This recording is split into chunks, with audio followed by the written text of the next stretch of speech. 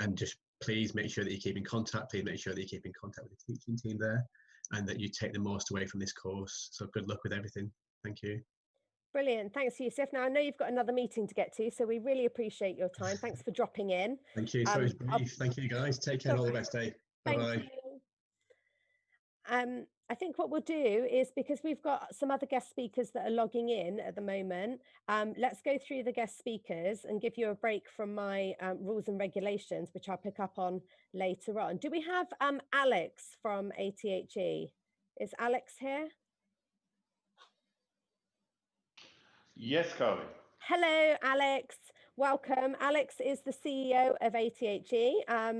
And a much loved friend of Western International College. So Alex is just going to give a nice warm welcome to our ATHE students. So over to you. Thank you. Yeah, happy to, Carly. Thanks for the invitation. Hello, everybody. As Carly said, I'm Chief Executive at ATHE, and we're the Ofqual regulated awarding organization that provides the qualifications that you'll be studying. Just a little bit of background on ATHE. We're based in the UK, established and regulated by the UK government through Ofqual since 2011. And since that time, we've established a global footprint of 225 centres in over 50 countries. And so we have been dramatically increasing our international presence. And we deliver a portfolio of around 100 or so regulated qualifications. The important thing to stress is that all of our qualifications are regulated, so they need to conform to government standards in terms of quality. And also they're vocationally oriented. And it means that all of our qualifications are designed to provide learners with the skills and knowledge they'll need to apply in the workplace. And so as an internationally recognized awarding organization, and the Ofqual regulation and what goes with it is recognized in many countries internationally, we've also been pleased to get accreditation with a number of international accrediting organizations, and perhaps most relevant, the KHDA in Dubai, have recognized our qualifications for a few years now. And so we're very pleased to work closely with the KHDA as one example. But when we develop our qualifications, we develop them in conjunction with universities, employers, governments, and professional bodies. And the important thing there is that how we design our qualifications is informed by the bodies that are going to be supporting learners in their career progression and meeting industry needs. So for example, the business and management and the computing qualifications that many of you will be studying have been specifically designed in order to give you the right experience, the right knowledge, the right skills to be able to apply those in the workplace. It's critical that we've developed and have an ongoing dialogue with many university partners. At the moment, ATHE has over 20 university partners that we work closely with. And the reason principally for that is that we want to make sure that the progression opportunities for you when you achieve your ATHE qualifications allow you to progress not just through international universities, and we have several in partnership with ATHE, such as in Canada, the US and Australia, but also a lot of interest in progression to working with universities in the UK. And we have a good body of partners in the UK that we work with.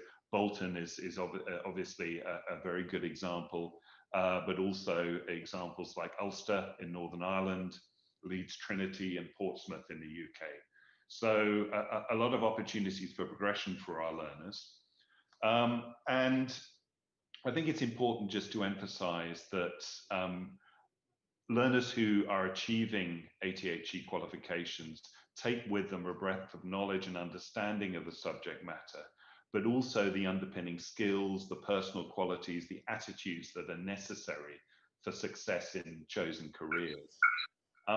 One of the advantages of ATHE qualifications is that we provide a range of optional units for learners to choose from. And that can tailor the qualification to particular interests, particular career paths that the student would like to follow. So just overall, and I'm very open to any questions that will come through the Zoom meeting. But really just to emphasize and build on Yusuf's comments in terms of WINC and what it means to ATHE. We've had a long established relationship with Western International College. We're delighted to be working with the team, Carly and the team at WINC for many years. And we're delighted to confirm that the centre works to high standards of tuition, guidance and learner support. And so really just to emphasize the point that you're in very good hands studying with WINC, and we're delighted to see that you're doing so. So really on behalf of ATHE in the UK, on a sunny day in Norwich here in the UK, just I'd like to send you our good wishes on behalf of the team. You're setting out to earn yourselves internationally recognized qualifications. Delighted that you're doing so. Look forward to hearing about your graduation, hopefully being involved with that. And to you joining ATHE's group of alumni, which is well over 10,000 over the years that we've been operating. And so you'll be enjoying joining a group of learners that have achieved their qualifications and gone on to progress through university and into their careers. And so wishing you the very best of luck with your studies. Lovely. Thank you, Alex. Thank you very much for that wonderful introduction. And I think we share your views as well. The partnership with ATHE has been exceptionally well kept by the staff in Western International College in UAE. Mr. Abdi does a stellar job in upholding the British standards that we hold so dear. And I think the students are in excellent hands between the two of us. Alex, we've not got anything other than thanks for you on the question, so you can feel free to go ahead with your day if you like, and we thank you ever so much for popping in to say hello. No, not at all. Good luck, everybody, and yeah, look forward to hearing how you get on. Thank you very much. Bye, Alex. Thank you. So I'd now like to introduce Dr. Stuart Marsh, who is employed by the University of Bolton. And Dr. Stuart actually looks after the accountancy and financial management programs. Stuart, if you'd like to share with us your official title and perhaps say a few words to our students, I'd be grateful. Thank you. Hi, thanks, Carly. Yes, hello everyone. I'm Dr. Stuart Marsh, and I'm the program leader for the accounting programs here at the University of Bolton. And I also help support Amir and his team at the campus over in Ras Al-Khaimah. So I'd like to welcome everybody to the course, those who are doing the accounting course. And I'd also just like to mention that, as you're probably aware, that the University of Bolton is now one of the top 50 universities in the UK.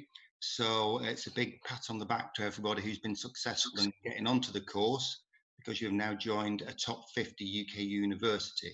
So, you know, fantastic news, very, very well done to you. In addition to that, the accounting programme, if you were to drill down behind the university statistics, the accounting programme is within the top 10 in the UK. So you've joined an excellent programme.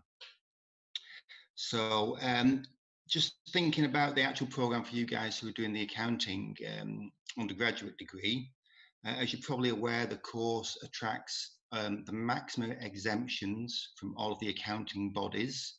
So if you wish to do further studies to become a fully qualified chartered accountant, you will be eligible to claim exemptions from the likes of the ACCA, ICAEW, CIMA or CIPFA, should you so wish to continue with those studies.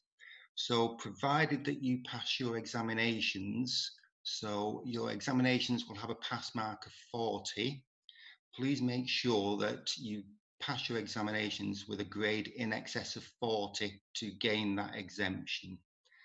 It is possible to pass the modules where you have an exam grade slightly lower than 40, but no lower than 35, provided that your other piece of assessment has a score of 45 or more. So just please be mindful of that when you are doing your course, because you could get your transcript that shows you have passed the module, but you may not have passed the examination. It's very unlikely, very, very rare. So I'm not saying anybody will, be unsuccessful in the examination. Can't remember a case when anybody from Ras Al-Khaimah has had this, but just worthy of note that if you were to apply for your exemptions and the ACCA, for example, wouldn't allow you one, and you were querying it because you had passed a module, it may be because your exam grade was just lower than 40. So just want to bear in mind.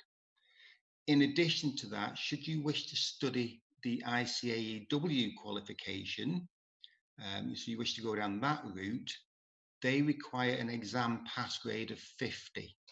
So it's higher than the other bodies. So just bear that in mind if you are looking at the ICAEW. Now, as far as your first year modules go, the exemptions really only apply to your second and third years. You must obviously have passed your first year modules, because the overall exemptions is based on being awarded the full degree. But predominantly your exemptions are based on your year 2 and year 3 modules. So if your grades in your first year were not quite as high as you were expecting, then please don't worry about it in terms of exemptions. In addition to that, your year 1 modules, we appreciate that students, it's all new to everybody doing the first year of an undergraduate degree. And so students, find the change into higher education a little bit challenging sometimes. But with the support of Amir and Carly and all of the team, trust me, it won't be that challenging. You've got an excellent team supporting you. Please don't worry if your results are not quite as high as you would like, because it is a different experience. Writing your assignments, doing all the research, because remember, a degree is a research qualification. It can be quite new to some people, so it could be a little bit challenging. But as I mentioned earlier, Amir and Carly and all of the team are there to support you, and they do a fantastic job with that. And students do extremely well. Now, just thinking about your modules that you'll be doing, all of your modules will have 2 pieces of assessment. The majority of the 18 modules that you'll be doing in all 3 years, 6 modules per year, will have an examination which will take place at the end of each semester, so in January and in May. But they will also have a piece of coursework. That piece of coursework will be a written piece of coursework. Now, in most of your modules, that coursework accounts for 30% of the total module grade, with the examination being the remaining 70. Now, one of the problems that we tend to find here in the UK is that students just leave their assignment. You should be getting your assignment in the first week or 2. Your assignments and examinations, by the way, are set by the UK tutors, but marked by the tutors in RAC. Now, what students tend to do in the UK is they will leave doing their assignments, for several weeks up until the assignment hand-in date.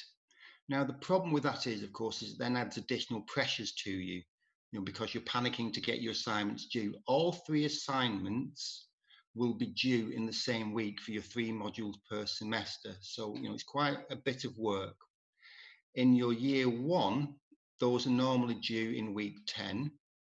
As you move through into into year 2, that timescale is reduced to being due in week 8. And by the time you make it through to year 3, it's week 6.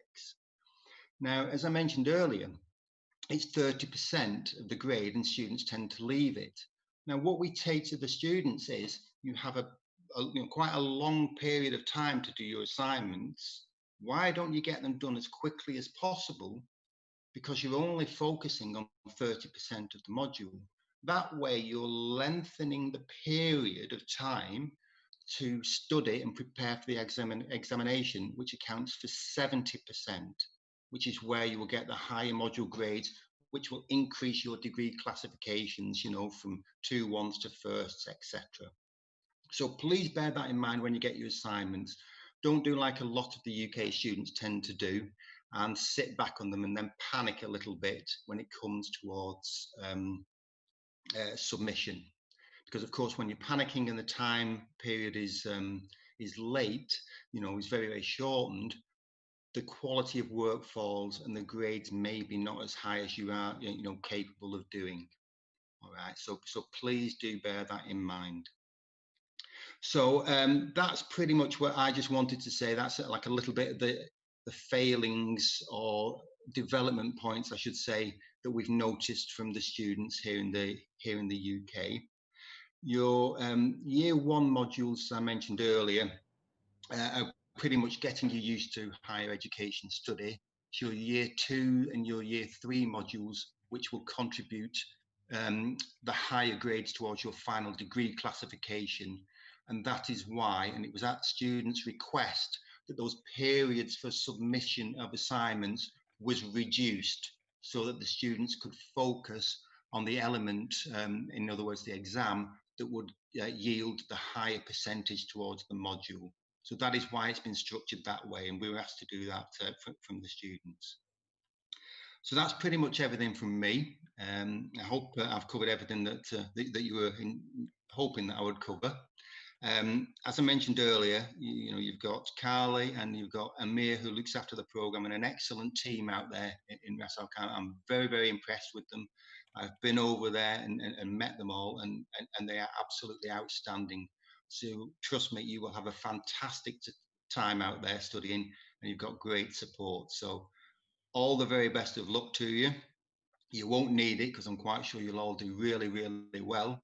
And just as a final note is that over here in the UK this year, we had 10 students out of 30 that all got first class degrees, which is our highest ever.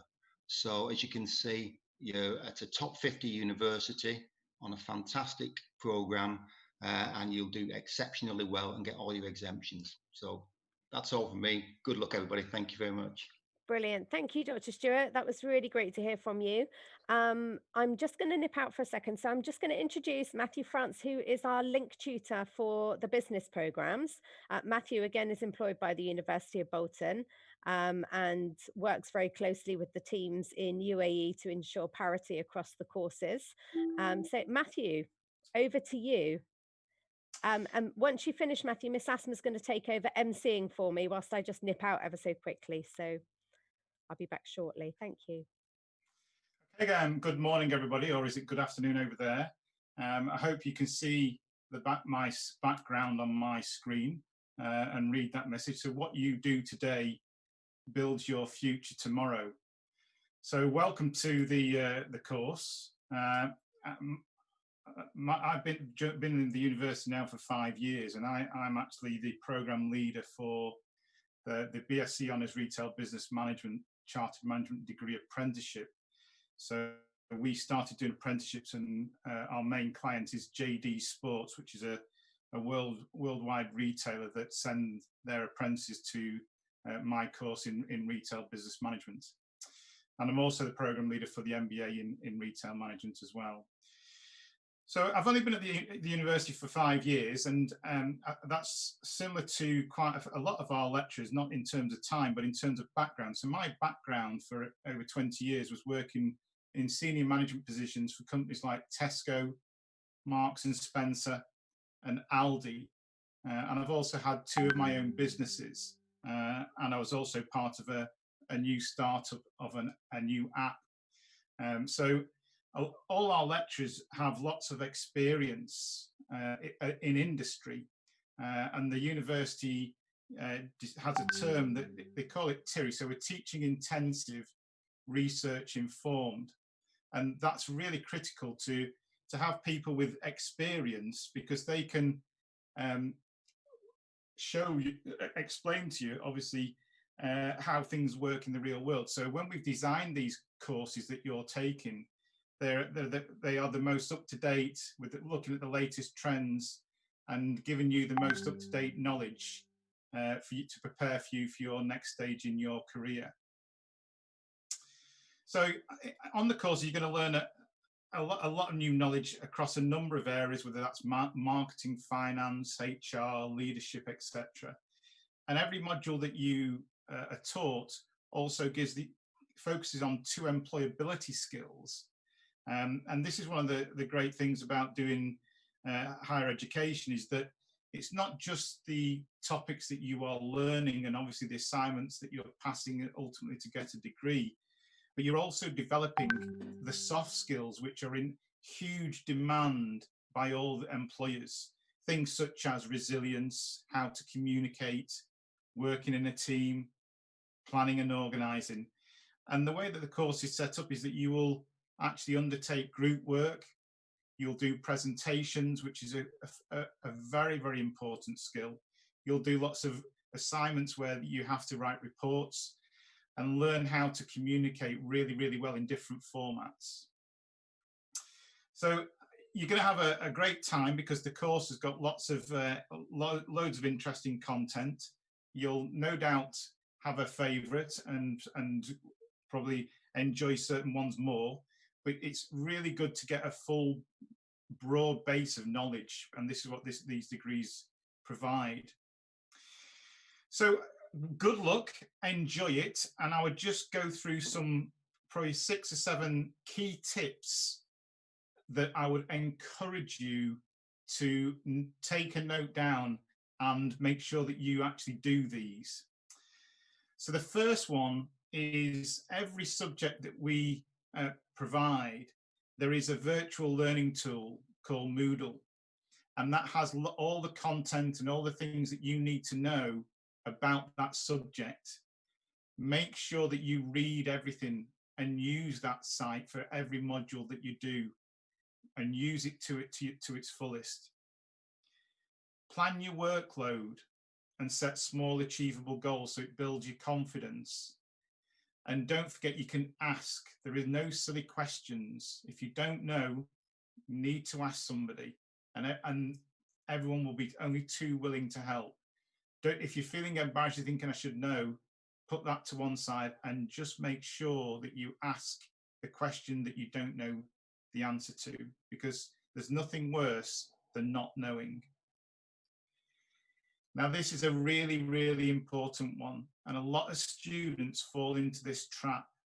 Read every assignment brief at least 10 times. So I'll say that again. Read every assignment brief at least 10 times.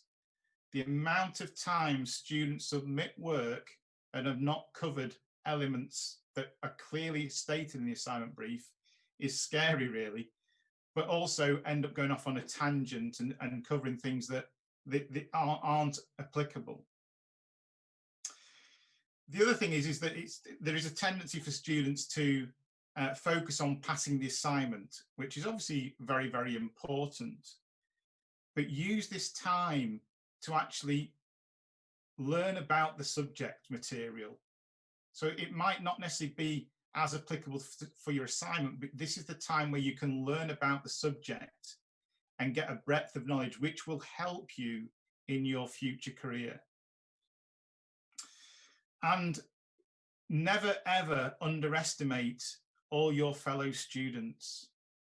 Your network in your future career is so, so important. You may have heard the saying, it's not what you know, it's who you know. You are now on a course with lots of other fellow students, and I would encourage you to build relationships that will last for your whole working life. And some you'll make friendships with, so you will stay in touch for all your life. But please do make sure that you build that network. You never know who's going to be working where. For all we know, there may be another Steve Jobs on this Zoom call as we sit here. And if you have built a good relationship, then maybe you can go and work for them, or they can help you get in the job that you want to do. Lastly, have fun. You know, there's one of the very topics that is so much under researched in a business and in all organizations is the ability to have fun.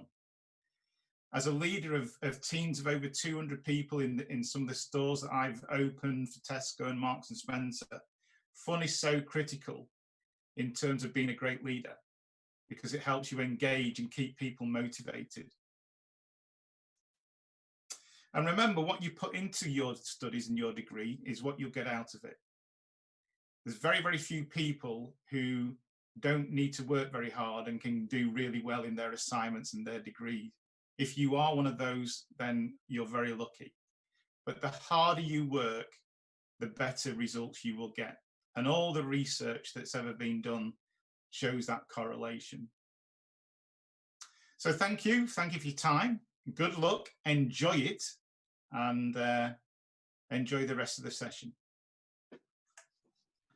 Thank you so much, Mr. Franz Matthew, for your wonderful talk with the students. I'm sure it's going to benefit all across the board. Yeah, thank you so much. I'll ask the next link tutor, Mr. Zaman Kala, who's the head of School of Law, to take over. Okay. Thank you very much, Asma. Thank you for your introduction. I'm not actually the head, but I am the program leader for the program for the law school. Okay, so as introduced, I'm Zaman Kala, and I am the program leader for the undergraduate law program at the university.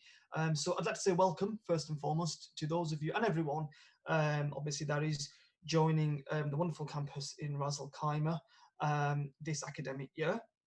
It's going to be an interesting year, of course, and rest assured, however, that everything has been planned well in advance, and in terms of the sort of academic side of things, you are going to be, in my opinion, very, very successful. Now, as has already been stated, you are joining a top 50 university. So, and we've worked really hard as an institution to get to that level. A lot of it is based around, the sort of elements of student satisfaction levels that we have. Now, law in particular had 100% rating on our most recent NSS.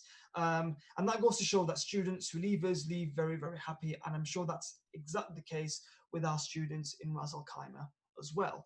Now, in terms of the actual law degree itself that some of you guys will be embarking upon, you will be doing a number of foundational modules, of course. And in the first year, you'll cover quite a few interesting modules. And I thought I'd very quickly go through some of these in brief, so you can have an understanding of obviously where you are with them. So first and foremost, you'll pick up contract law. Contract law is a subject that I teach on the Bolton campus.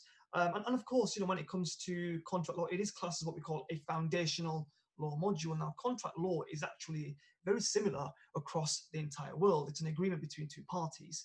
Of course, governed differently within certain jurisdictions, but the ingredients of a contract tend to be the same, no matter which jurisdiction you enter into. Secondly, you'll do a bit of what we call public law. So public law covers the constitutional and administrative side of a country, where you look at the relationships between a number of institutions, for example, the judiciary, government or the executive, and the legislature.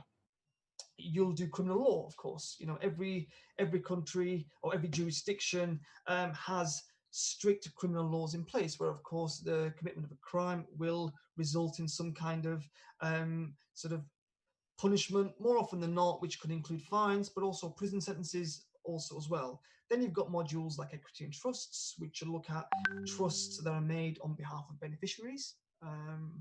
You'll do a module called Professionals in Practice, which teaches you more about the practical sides of being a professional in the working environment, not just aimed at law, but at any career that you might want to go into.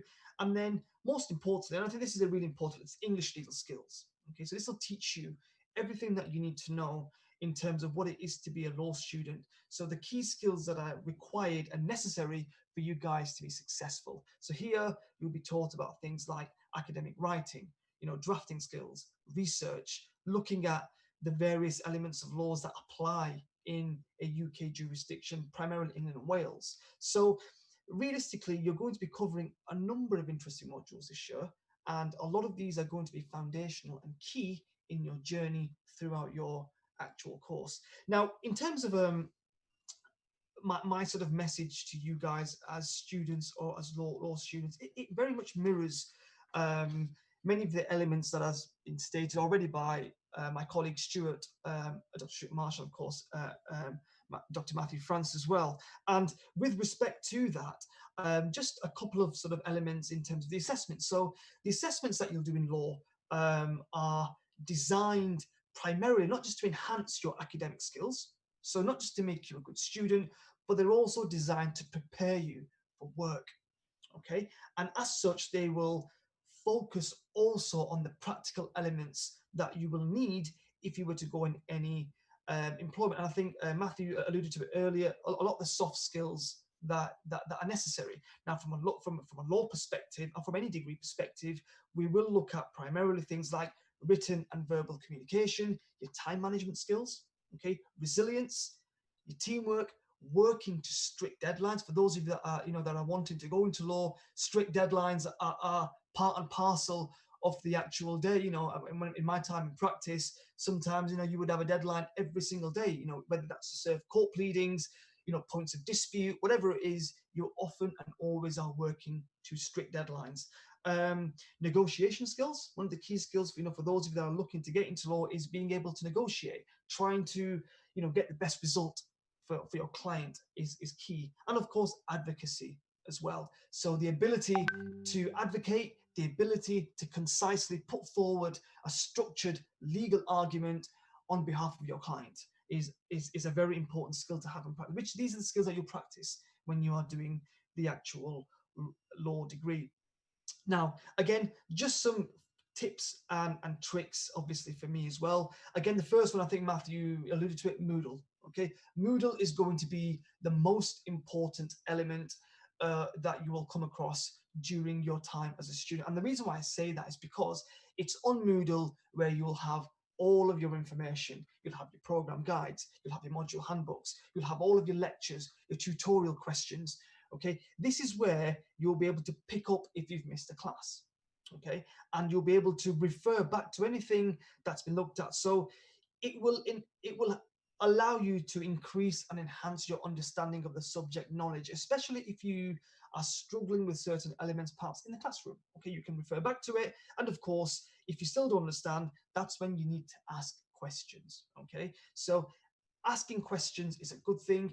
There's nothing wrong with raising your hand and saying, I don't understand what you've just said. That's perfectly normal, okay? You have to be inquisitive. You have to question. If you're not sure, always ask, and as has been stated, there's no such thing as a bad question. That's absolutely correct. It's the best advice that you can actually get given. There's no such thing as a bad question. The other tip for me is attend all of your classes, okay?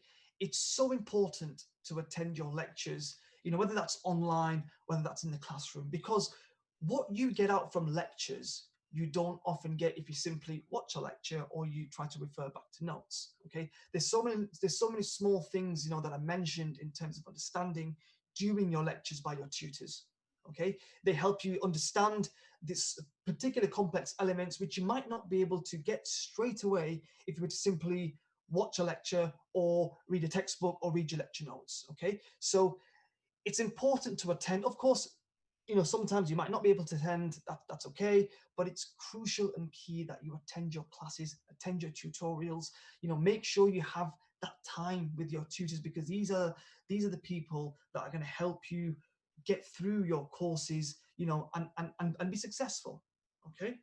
The other thing that I would say to all of you is make lots of notes, okay? Lots and lots and lots. I was clearing out my old bedroom at parents' house before lockdown here, and I found all my notes from university. These were huge lever arch files, and these were just essentially sitting in lecture and making notes, because the most important thing that I find is students that make lots and lots of notes are attending and writing. You often find it easier to prepare for assessments. Okay, so when it comes to doing exams, when it comes to doing courseworks, having a huge set of notes that you've made that show your understanding make things a lot easier. Okay, especially when it comes to exams, because sometimes when it comes to revising for exams, let's say for example, you often have to have your own notes that help you understand. If you were just trying to revise lecture slides, let's say for example, that can be a bit difficult. So get into the habit straight away, lots and lots of notes for your lectures. Okay.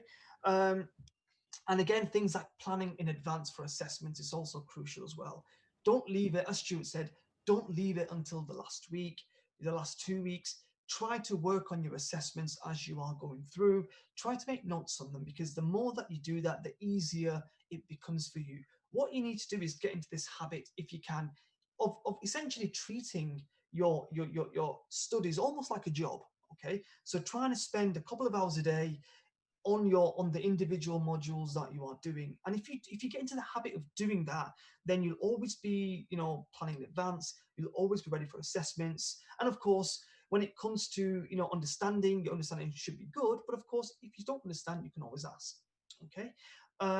Now, in terms of sort of things like activities that we can do now that Ras Al-Khaimah has, of course, a undergraduate cohort. One of the things that we do in Bolton is we do quite a lot of mooting.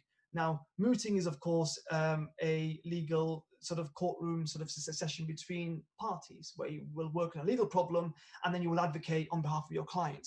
One of the things that I'm quite keen to do now is once you've got through the first semester, now I would love to introduce some of our students on the Bolton campus with you guys, so we can take part in mooting activities where, you know, for those of you that are wanting to be advocates, you know, for those of you that are wanting to stand in front of a judge and make structured legal arguments, we will give you the opportunity to do that. And I think it'd be great, you know, to obviously put obviously you guys and our students together, and of course working together and, you know, essentially advocating against each other in front of a judge. With the judge, excuse me. So that's something that I would like to take forward as well as part of my sort of role in terms of program lead on the Bolton campus. Aside from all of that, I mean, the only additional thing that I could say to all of you is, you know, I wish you all the very best, you know, all of you, even the ones that are accounting students, you know, the ones that are doing business management and the lawyers, you know, all the very best. I'm certain that you guys are going to be successful here. There's a fantastic team in Ras Al-Khaimah on this campus, and I can't praise them enough when it comes to the sort of teaching side, of course. So make sure that you do engage with them. Make sure you ask questions, you know, and essentially, as I say, I wish you all the very best in your future endeavors. Thank you.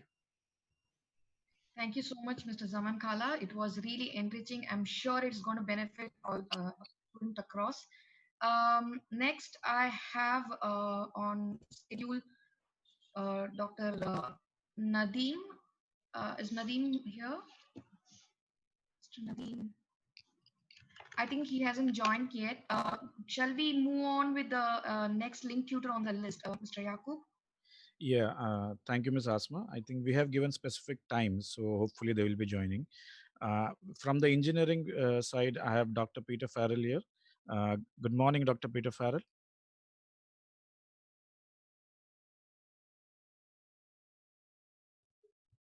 Hi, Dr. Peter Farrell. Okay, Dr. Peter Farrell is the program lead for MSc Construction Program Management in the UK. So just let me get in touch. Apart from that, if any questions are there, I think we will be happy to take in between.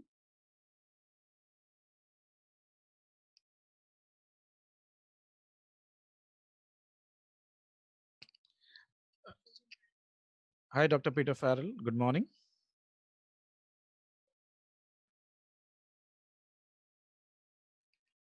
Hi, doctor.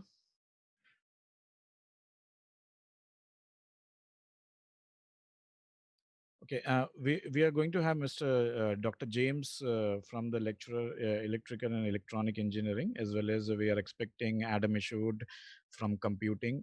They will be joining us very shortly. Yeah, Kali is here. Hello. Sorry Hi, about Kali. that. Where did we get to? Yeah, Carly, we have finished with business. So we were in trying to contact Dr. Peter Farrell, but I think the mic is not on. So hopefully, yeah. Okay, do we have Adam Isherwood? Still not joined. I think they have agreed, but I think we have given them a proper schedule. So I think we are trying to get in touch. So in the meantime, if you continue, we can try to get them back.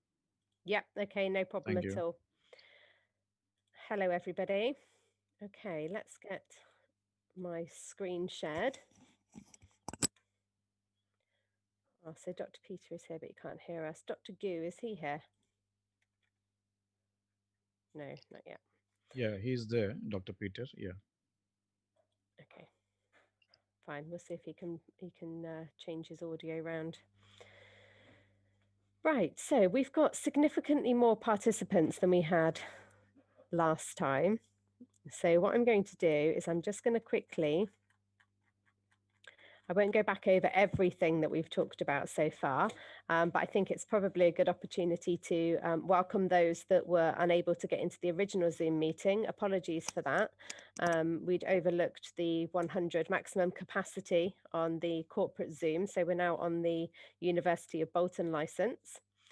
My name is Carly Guy, and I'm the Quality and Partnerships Manager for UAE and also the Vice Principal of Western International College in London. So my role is to look after the student experience at the academic centre, and also to make sure that you're studying as hard, if not but not any harder than the guys in the UK. So we're looking for an equal student experience. So Adam Isherwood has joined us. Adam is our link tutor for the computing programs. Adam's going to say a few words to welcome our students. Do we have Adam? Yes, I'm here, Carly. Morning. Hi, Adam. I'll just stop my everybody. share so that we've got your lovely face full screen. There we go. Over to you, Adam. Thank you You don't for want that. to inflict that on people. I'm very sorry you're all having to look at my face, everybody. Yeah, I want to say welcome on behalf of the University of Bolton. So I'm part of the course team over in the UK. I'm the head of the computer networks and security and the cybersecurity courses. I work very closely with Abdul Razak, who is the lead for software engineering and computing, and virtually all of our other courses. So between us, we developed this material originally, and we work closely with the guys in RAC as they deliver it and as they put their own little stamp on the courses and deliver them to you guys. So we're not normally directly involved in teaching you, but we are available if you need to contact us. I just want to say a little bit about the courses. I'm sure that you've already heard some things about them already, but they are very recently redeveloped. We've put a lot of effort into keeping the courses as up to date as we can possibly make them, because as I'm sure you're aware, the computer industry changes very, very rapidly. And you know, something that you know now is in 5 years' time is either a button on the menu or nobody uses it anymore. So it's important for us to keep up to date, and we make real effort to do that. So yeah, we're bringing in elements such as cloud computing is appearing in the course more often now. We're using modern methodologies like Agile for software development, and we use modern programming languages, and we change the programming languages quite a lot as well, because as you'll discover, things change fairly quickly in our industry. So you guys have the same courses as we have in the UK. They're delivered more or less in exactly the same format. So the guys in United Arab Emirates do localize things a little bit as it's appropriate to do. So I guess the main difference is that you miss out on 140 days of rain every year, which is what we have over in Bolton. Trying to work out what else I would add to you. That's mostly what I wanted to say about the course and about the course development. I'm happy to answer any questions that you have about them, but I guess the other part of my role is I'm the link tutor, so I do get involved in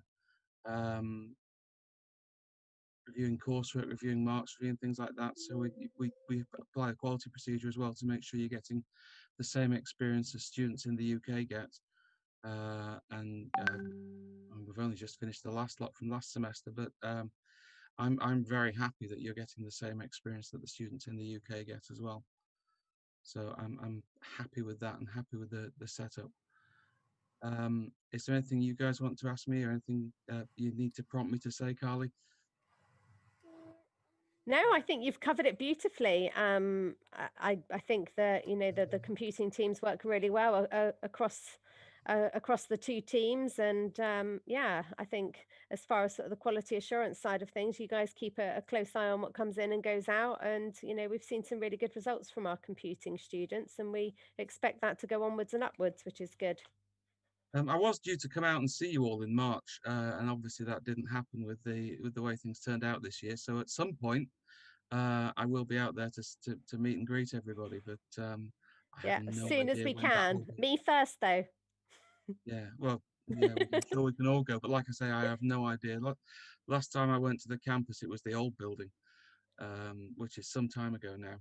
Yeah, yeah, excellent. Well, it's been brilliant to see you, Adam, but thank you ever so much for your time, and you can feel free to log out. We've not got anything anything coming up on the chat, so I've kept a steady eye on that. Nothing but thank yous. So Okay, great stuff. you Well, can enjoy it, guys, continue with and your day. it's a good course, and it's a good college that you're at. So you'll be well set up with this. Brilliant. Thank you, Adam. Take Good to care. meet you all. Bye. We've got Nadim Al-Talib, who is the link tutor for psychology. So Nadim, if you'd like to say something to our students, welcome.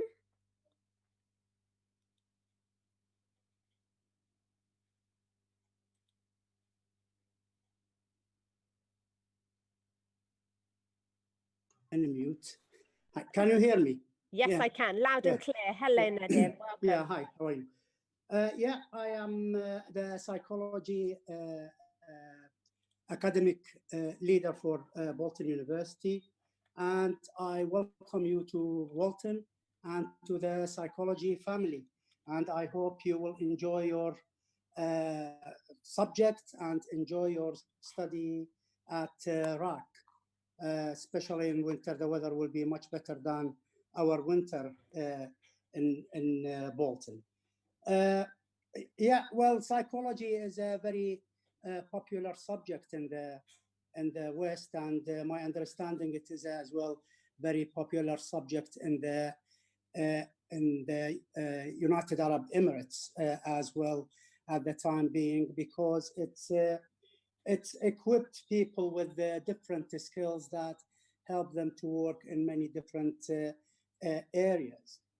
So we have in the UK about 750,000 students who are doing psychology at different levels, from secondary education, higher education, and university. So there is a big interest in psychology because, as I mentioned, it is a very good subject to look at in terms of it is satisfactory for the individuals who are doing psychology, because it involves understanding of human behavior, feelings, and it helps individuals to deal in and help individuals who are in need to help in many different ways. So that psychologists work in many different fields. As I mentioned, there is no aspect of life these days if you don't find psychology part of it, or there are some psychological factors behind that behavior. So the work of psychologists become important from this perspective.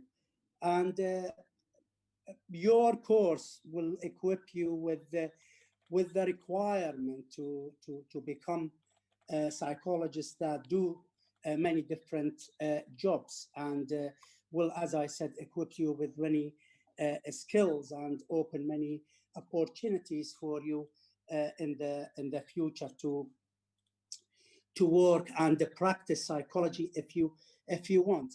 Many psychologists who are involved in if they want to practice psychology, they need, after you finish your degree, you need to specialize in certain area and develop your skills in that area. There are many areas that people can register and involve in as psychologists. For example, people can work as occupational psychologists, work with businesses, which is a big industry in the United Emirates. A lot of business companies, they need psychologists because those psychologists, they will make sure that organizations are working effectively, and that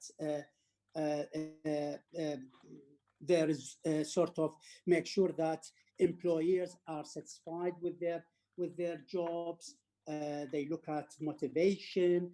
They look at productivity, how they can improve individuals' productivity, and so on. So there are many companies that are interested in psychologists, especially big companies that require psychologists because they want to help in developing their companies and so on.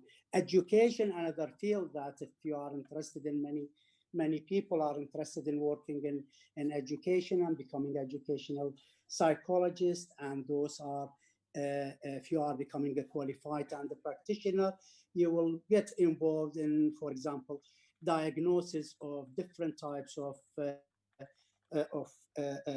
learning difficulties like dyslexia, dyspraxia, and other types of learning difficulties. Also, you are going to involved in dealing with the assessment of behavioral problems, social and factors that might have impact on education of children. So there are many areas that educational psychologists work in, and this is also a very good area to study. People also work as a clinical psychologist involved in diagnosis of behavioral conditions, disorders, personality disorders. They involve in treatment. Those they work in hospitals. Some of them they work as a private. You can work with the police or work with the prison department as a forensic psychologist. So there are many areas: sport, health, different fields that psychologists can involve in and work. So when you graduate with a degree of psychology, it will open many different opportunities for you to study. The program which is at RAC is identical to the program that we are running in the UK. In our the only difference between us and you is that our program is accredited by the British Psychological Society, and in RAC, my understanding is that you are in the process of accrediting your program. So I don't know whether this is done or not, as application have been put or not yet. So which will make you this accreditation important, because if you want to practice and got, for example, certified by the British Psychological Society, you need a program that is accredited, and this is what I think is gonna the intention of RAC to have to do sort of accreditation for the program. So we are running the same program, the same things that you are doing in RAC, we are doing in here at Bolton, and so I hope you will enjoy the study of psychology. it will give you understanding about many different areas. Many people here, when I asked them why you joined psychology, they said, well, we want to know about ourselves as well, and we want to know about people, and we want to help other people. Some people, they join psychology because they have somebody in the family who have certain difficulties, and they want to know about how they help their children, their family, whatever. So it will give you as well understanding about many different of your aspects of life, not only other people, not general life, but also tell you about yourself. It will help you when you get married and got children. If you don't have, then how you are going to raise your children, how to deal with the problems during that period of time, and all these things. So it is important for you as an individual, and it is important as well for you to help other people as well, and understand their problems, understand many different issues. It helps you to communicate with other people better, because you have the ability to understand why they are acting in certain way, why they are behaving in that way. So you will be in a better position to understand reasons behind their actions than other people who might become agitated because somebody said something, or become angry with that because they don't have the knowledge and understanding about what make people behave in a certain way and act in that way. So it will give you in a better position to act and react to people. And that's what, this is one of the also reasons why many companies want psychologists to work in different areas. Banks, one of the things in the UK that employ psychologists a lot, in addition to accountants, of course, but they employ psychologists because they know how to deal with people. Frontline they are with customers and so on. So it is very important topic that you are doing, and you should be happy with what you are doing and at RAC. And I wish you all the success. And of course, if you need any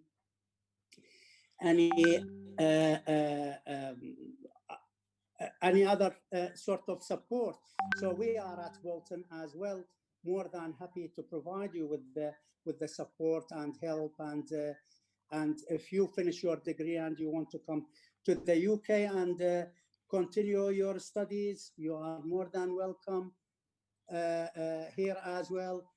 We got possibly students who want to come and do their masters or PhD and continue with your education. Then we are more than happy to support you and help you as well in the UK. So I don't know whether. No, that's brilliant. Thank you. Thank you, Dr. Nadim. We really appreciate your time. Yes. Is there any questions, anything? No, we've just got questions about the rankings and things. So it's nothing specific for you, just lots of thanks for your appreciation and your time and for your continued support. You're welcome. I hope we'll come in one day as well when it is time. Inshallah, we'll welcome you soon, I'm sure. Thank you, Dr. Nadim. Okay then, nice meeting you. See you then, bye. Thank you. So now introducing Peter Farrell, who's one of our link tutors. Hi, Peter, thank you for joining us. And I'm sorry about the confusion with regards to rooms and everything. Absolutely amazed that you found us. So Dr. Peter Farrell looks after our construction project management and will give you a few words of welcome to our new students. Thank you. Hello, Carly, and hello, everybody. So I'm delighted to be invited to speak with you all. So my name is Peter Farrell. I do have responsibility as link tutor for the MSc in construction project management. So my background is in construction management and quantity surveying, also working on large projects like you have in UAE. And I do have experience as well working in the Middle East. I've travelled there quite a lot recently, and a few years ago now, but I have been to the Ras Al-Khaimah campus, so I do have some understanding of how you operate there. I've been asked to talk today about enhancing confidence in your student journey. I hope you will reflect at the end of your programs that you will have developed your skills and your knowledge in your own subject area substantially. One of the key things that I like to say is about your communication skills recently, and I guess a lot of you are writing in English as a second language. So as you're studying on your programs now, a really good opportunity to try and develop your English writing skills. I hope some of you are there already, but develop your English writing skills so that they are perfect. And I like to think that you will be able to write so that when you put the document on the desk of somebody else who's perhaps not met you, that they will think that your first language is English. So I would encourage you to work really hard at that.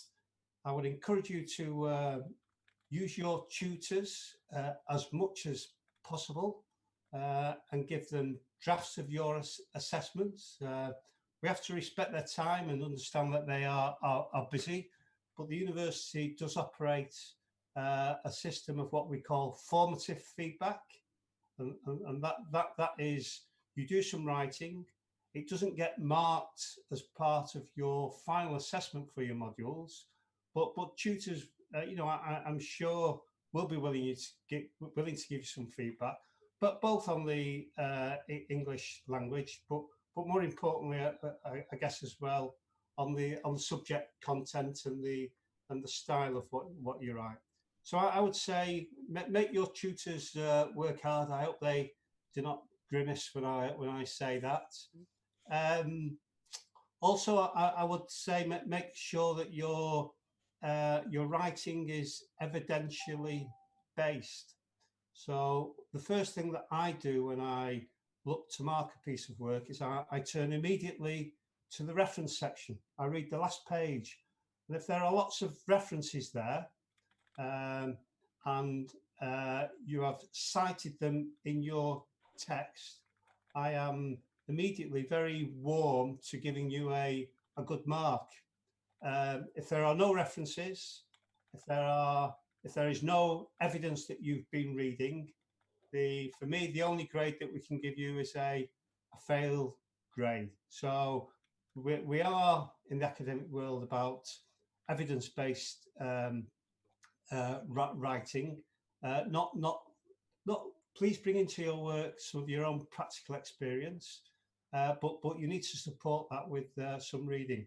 And you need to be able to distinguish between, when you cite sources, what is authoritative, so what comes from government and professional bodies, from leading experts in the field, so that's authoritative. And yes, please occasionally do cite something from social media, perhaps if it's a profound statement, but that's it. And Wikipedia is another one, not authoritative. So please use them for leads, but we want to give the best marks to the people who are writing the best material. And then if I'm just to give you some tips to close, one is I would say start reading now. Get yourself engaged with what's happening in your profession.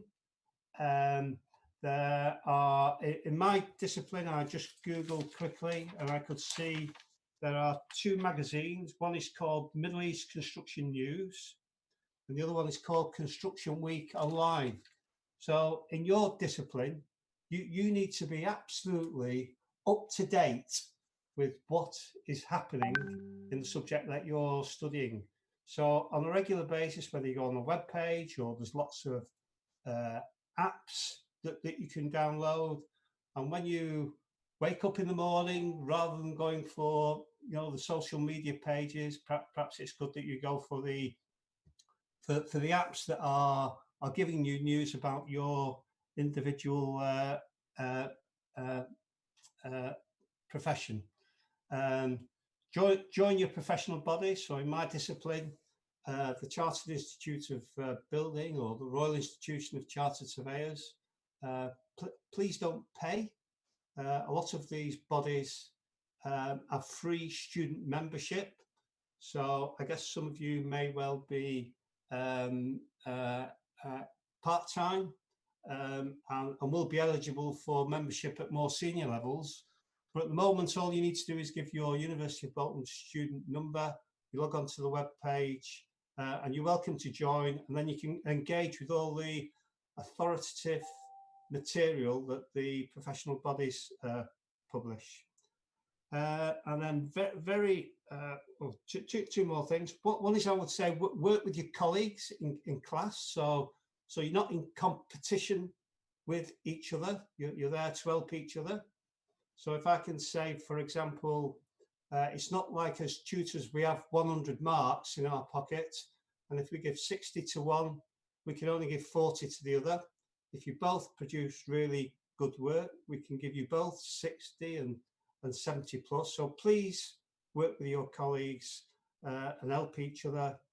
And then finally, as you get to your dissertation, it's really, really good that you can have the qualification that you're studying for on your CV, but particularly at master's level, out of your dissertation, be really good if you can write a paper with your tutor and get it published somewhere. That's an absolutely fantastic feather in your cap, which if you put it on your CV, then that will make you stand out from other applicants. So I think that's it for me. I will wish you good luck in your studies. Work hard. Back to Carly. Brilliant. That was amazing. Thank you, Peter. We've got some students asking about some of the different professional bodies. So we've just popped a list onto the chat of some sort of recommended professional institutions across the subjects that we've got studying this year. So, and students, please do speak to your module tutors and your academic coordinators for some more guidance. With many of the professional bodies, we do have agreements with them over in the Middle East, and some even have chapters that are housed at the academic centre. So do get involved in them to ensure that you're surrounding yourself with some good quality academic resources that can be used for your research and to inform your own career development. So thank you, Dr. Peter, that was brilliant. I don't feel that you need to stay with us. If you need to go about your day, then please do log out, and hopefully we'll see you at the next induction, if not before. Okay, thank you, Carly. Brilliant, thank you. Right, so do we have, has James joined us or not? He has not yet joined. Okay, fine. So I'll continue then. Sure. With my portion, and we have Mr. Raj coming shortly. Is that correct? Yes, I think we're due to have Mr. Raj joining us in about 15 minutes. So, right. Okay, so here we go again. Right, this is the first part of the student induction that I had started prior to us shifting over to the Bolton Zoom meeting. So for those of you that missed out on the previous Zoom link, don't worry, we've got all of the fun and facts here for you to catch up on. So I'm going to whiz through the first few slides and just give you a quick recap about where we got up to, because I'm very conscious of the time now that's slipped away from us. So this is a welcome to all of our students, although we've got guest speakers from the University of Bolton. This is actually where you're all heading, no matter which path you're taking to study with us. You could be on a BTEC program, you could be on an ATHE program, and all of these are pathways into the University of Bolton degrees. Some of you may be studying on the first few levels of your University of Bolton undergraduate degree, and some of you may be mature students that are with us on the MBA. So we've already heard from many colleagues to tell you about the quality assurance and the fact that the UK keep a close eye on the qualifications that they give out. So, you know, this isn't every student wins a prize. You do need to earn your certificate. You will need to earn your marks, and the grades that you receive will be checked by the UK and considered fair for the work that you have presented. So I think that's probably one of the key messages. We've had a couple of queries come up on the chat with regards to transferring to the UK, and I did answer back regarding that query, but just to clear up for anybody that can't see the chat for any reason, you can transfer your program to the UK. It is dependent on a number of variables, such as space on the program, whether they are accepting international candidates from your country, whether you meet the visa processing requirements, and of course, there would be a cost implication because the fees in the UK are significantly higher than the fees in the UAE. I don't have the fee details to hand, but for a UK resident and a UK citizen, each year of the undergraduate would cost me personally £9,000 to complete. So you can see that there's quite a significant difference even on the annual fees. For the masters, you're probably looking at about 13,000 GBP, £13,000 sterling for the year course. So you can draw your own comparisons with regards to the fees in the UAE and the fees in the UK, and that's not taking into account accommodation costs or the cost of living or travel or visas. So that would be purely for a UK resident attending the university. So moving on, we've met the key staff already. The tutors introduced themselves. They are based, most of them, out of the office in Ras Al-Khaimah.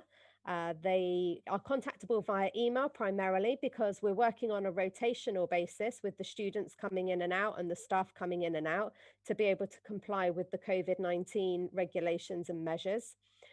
When students come to site, they will be temperature checked to make sure that nobody's running a fever. Please don't come to class if you have a fever or if you've been in contact with anybody that has a diagnosed infection or the symptoms. Please make sure that you stay at home and self-isolate along with government guidelines. Students will be on campus approximately 2 days per week, and the delivery will be face-to-face and online delivery. So we're doing a blended model. We're aware that some students are unable to come into the country, so they will be expected to attend the online classes. Please make sure that you keep your attendance around about 80%. And if there are any issues, that you communicate clearly with your tutors about what's happening and why, because there's many different policies that we have to support you in your course, as long as we know what's going on with you. So please chat to us, assume that we're human, and we will assist you and guide you throughout your studies as best we possibly can.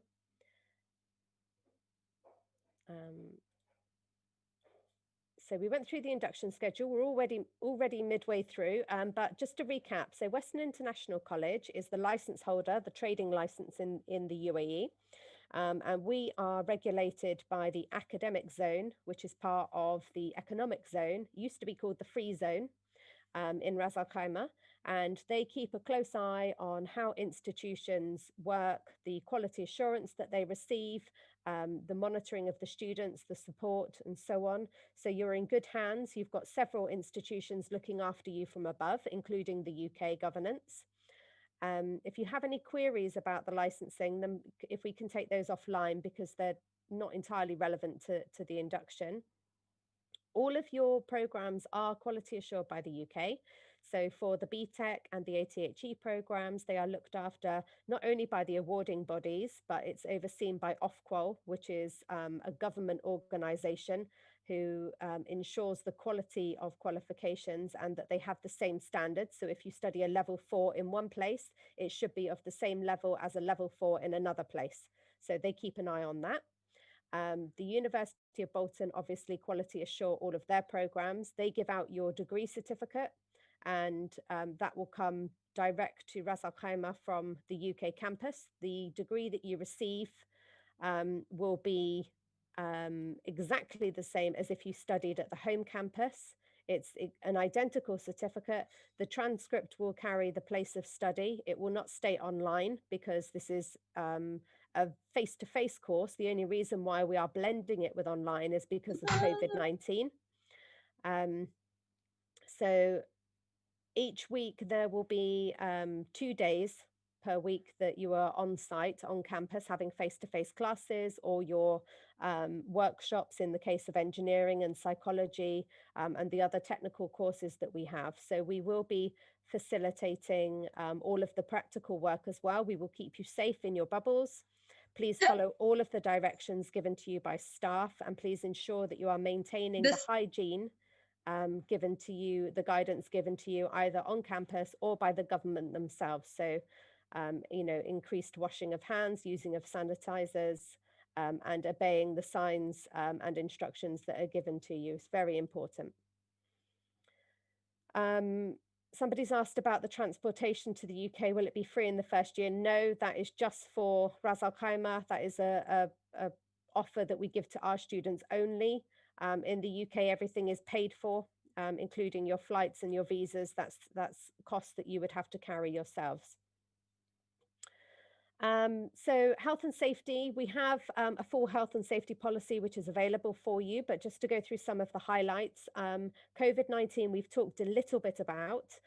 We will give you full guidance with your joining instructions about coming to campus. There is a code of conduct for students, and this will be talked about. If we could leave that to the program meetings, please, teams, if you can go through the student code of conduct and expectations there, just in the interest of saving time. For parking, when you come into the campus, student parking is immediately on your left-hand side. Please don't go any further into campus because that is for the buses, staff and visitors only. There is CCTV on site, which is recorded, and this is for to discourage antisocial behaviour and for the detection of any vandalism or crimes that take place on site. So I have to make you aware that you are being recorded and you know that the tapes are kept on file. There is Wi-Fi on site which you can join up to. You'll be given details of that. There is a fair use of usage policy, please. So don't download or stream movies because that disadvantages other students that are trying to connect. This is a diagrammatic explanation about the COVID-19 blended approach that we're taking. So there's a 4-pillar approach. We have a mixture of on-campus teaching, practical work on campus, online teaching, and also personal tutoring. So the guidance will be given to you within the program inductions, precisely how you're going to be attending. We only give timetables out to students that have paid their fees. So if you haven't paid your fees, that information will be withheld from you. So please make sure that you've made those payments to ensure that you're not falling behind. Faraz has asked about the facilities on campus. These are going to be dramatically reduced during COVID-19 because of sanitization restrictions. However, there are sort of games areas and, you know, there's an auditorium. We also have clubs and societies that operate normally when outside of COVID restrictions. So when you come in for your program induction, we'll give you a nice tour of the campus as well so that you guys can have a look around, see what's going to be open and also what will be open after COVID. So all of those questions hopefully will become clearer to you when you come in. I've talked about attendance. You know, we do expect 80% in class and online attendance. So don't think that your online classes are less important because they're not face-to-face. Your tutors are teaching live. So please make sure that you're coming in to your online classes in the same way that you would your face-to-face sessions. You should come on time, please, just so that no time is wasted. We're going to be condensing some sessions to try and make it as efficient as possible for you to be in classes. There might be an increase of independent study or reading in preparation for your class, so please be diligent and do that reading in advance. You will have access to Moodle, which is the virtual learning environment, as well as the resources that the tutors put on there and would send you. There may be additional support groups via WhatsApp or another social media mechanism. They will talk about that at your program meeting. If your attendance falls below 80%, what happens? So when, let's say, for example, you were to be unsuccessful in a module and your work was not up to standard to be able to pass, if your attendance was poor, you would have to repeat the module and pay again. If your attendance is good, we would allow you to make good and resubmit. So this is the difference. You know, we have to make a decision about whether our student has attended enough of the class to be able to pass. So all of the information about books, resources, materials, course content, timetables will be given during the program induction. I will show you the timetables for that for those who missed out. So let me just swap screens a second. Okay, so please have a look on the left-hand side to find your subject area. Oop, come back. There we go. So you have the subject area on the left-hand side. The date and time for you to attend the RAC campus is in the middle. So this is face-to-face. When you come to Ras Al-Khaimah, if you go into reception, and you will be temperature checked and guided accordingly as to where your program induction will be. You'll meet all of your tutors, the team. It's the same for BTEC. If you can see here, we've got ND and HND engineering down the bottom. And we've got, for those, ATHE business is in here. So for all of the students, you should be able to find your program on the left-hand side. Okay, so if you're studying business, it will be in with the business program over on the left. So this is for the BSc in business that we have if you're a Bolton student. As you notice though, all business students are coming in on the same day. So as long as, if you're business, come along on the 18th at 10 o'clock and we will put you into the correct groups. Okay, I'm not going to read them all out. You know, we have it all here in the list. So all you have to do is find your subject area on the left-hand side.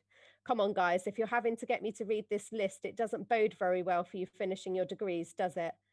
Well, if your BBA is a bachelor's in business administration, it would come under business. So, okay. Yes, thank you, Asma. Everybody will receive an email with all the details, assuming that you've paid your fees, don't forget. So on the day, you will have meetings and activities with your tutors. You'll also see the marketing staff, the admissions counsellors that helped you decide your course, and we'll also go through any administration, finance and transport matters. So all of these questions will be answered on the day, and you will receive full details about when you need to come through. I'm not going to answer questions about individual cases because we just don't have time during this induction, I'm afraid. We're already quite far behind, so let's shift back to the slides. If you have any queries about eligibility, you need to speak to our admissions teams. So for student expectations, we will give you high quality teaching staff, lots of feedback. And as Dr. Farrell mentioned, you know, we do give formative feedback, which means when you submit your draft, we will give you guidance on how to make that better. If you don't understand your feedback, then the tutor isn't doing the correct job. So please make sure that the academic coordinator or your teacher knows. You know, I don't want students to come away with their drafts thinking, I don't know what to do. You should know exactly what to do to improve your grades and to better your work. If you don't know what to do, this is why you pay your fees. You need to go back to the tutor and ask them for additional guidance. And for tutors listening in, you know, let's make sure these students are well supported. We're in tough times. They need to hear from you. They need to know exactly what they have to do to be able to pass. Ahmed, I'm not going to talk about sports activity because you'll see that when you visit the campus. So each of you will be issued a personal tutor, which is a named person to look after your pastoral support. And you can speak to them about any additional needs that you have with regards to maybe you're struggling at home, maybe there's personal issues that you want to chat to somebody about. We are here to support you and give you an all-round experience. So your personal tutor is the one that fills that gap. If you've got questions about induction, graduation, worried about what would happen if you had to delay your program, this is the person to talk to. Anything with regards to your subject would be your module tutors and your academic coordinators. So you've got a real network of support looking after you whilst you're on your course. So this is what you can't have. So we're not going to answer you 24/7. Some of us like to sleep. I am 3 hours behind, 4 hours in October. So, you know, my time zone is slightly different when you're up and ready to go. You know, I'm still going to be asleep. And also we do have off days. So, you know, the tutors don't work 7 days a week. We do have family time and family days that we have other outside commitments. So please be gracious with your expectations. We will try and get your timetable to suit your life, but you know, we do need to take care of the many students rather than pinpointing the few. The deadlines are non-negotiable, so this is very, very strict. If you miss your deadline, you are unlikely to be able to score the full range of marks. So please, please, please keep your deadlines, take note of them, make sure that you hand in good time, make sure that you've asked for feedback on your drafts to ensure that you can score the maximum range of marks. This is so important. This is not school. This is not, you know, sort of private education where you can submit and submit and submit. This is a UK qualification that you are studying, and we would expect you to keep to the deadlines, be on time, and to give your best effort always. The maximum mark somebody has asked. So the marks are scored from 0 to 100 in each component that you take. To be able to pass at undergraduate, you must score 40 as a minimum. And to pass at postgraduate, which is the master's level, you must score 50 as a minimum. For accountancy and for some of the other technical subjects, you will need to score a minimum mark in each component. For example, you know, we wouldn't want a civil engineer that can't do their maths. So we need to make sure that they get good marks across several different modules to ensure that they're competent in the industry that they're going into. I've got lots of people asking about classes. You will receive all of the information on email. So I'm not going to go through individual cases. Please wait for the email and they will get back to you. As soon as students have paid their fees, the joining instructions will be given and you have the dates for the program inductions where they will tell you all about the content of the program. So I'm not going to cover that today. These are fines. So if you're late paying your fees, if you have an installment plan and you are late, there will be fees applied because we incur interest on the debts that are owed to the university and so forth. If you make us late, then it costs us money. So, you know, we are a business, we're a functioning business, and we do, our income is student fees. So please ensure that you pay them on time. If we have any fines on our bank, they will be passed on to you, such as a bounce check fine, which is 100 dirham. And if you are very late on your payments, we will suspend access to classes and any of the online facilities, because actually, if you haven't paid, then you don't have the privilege of access. So please make sure that you don't disadvantage yourself. Make sure that you get your payments in on time. Communicate with your sponsor or your employer, whoever is paying your fees. They should know the dates that they have to pay by. And if you're going to be late, you must speak to us to ensure that we can amend your installment plan. Okay, academic conduct. Do we have Mr. Raj here yet?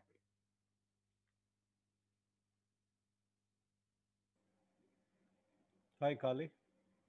Hello, Mr. Raj. let's jump straight to you, shall we? Because then we won't keep you too long.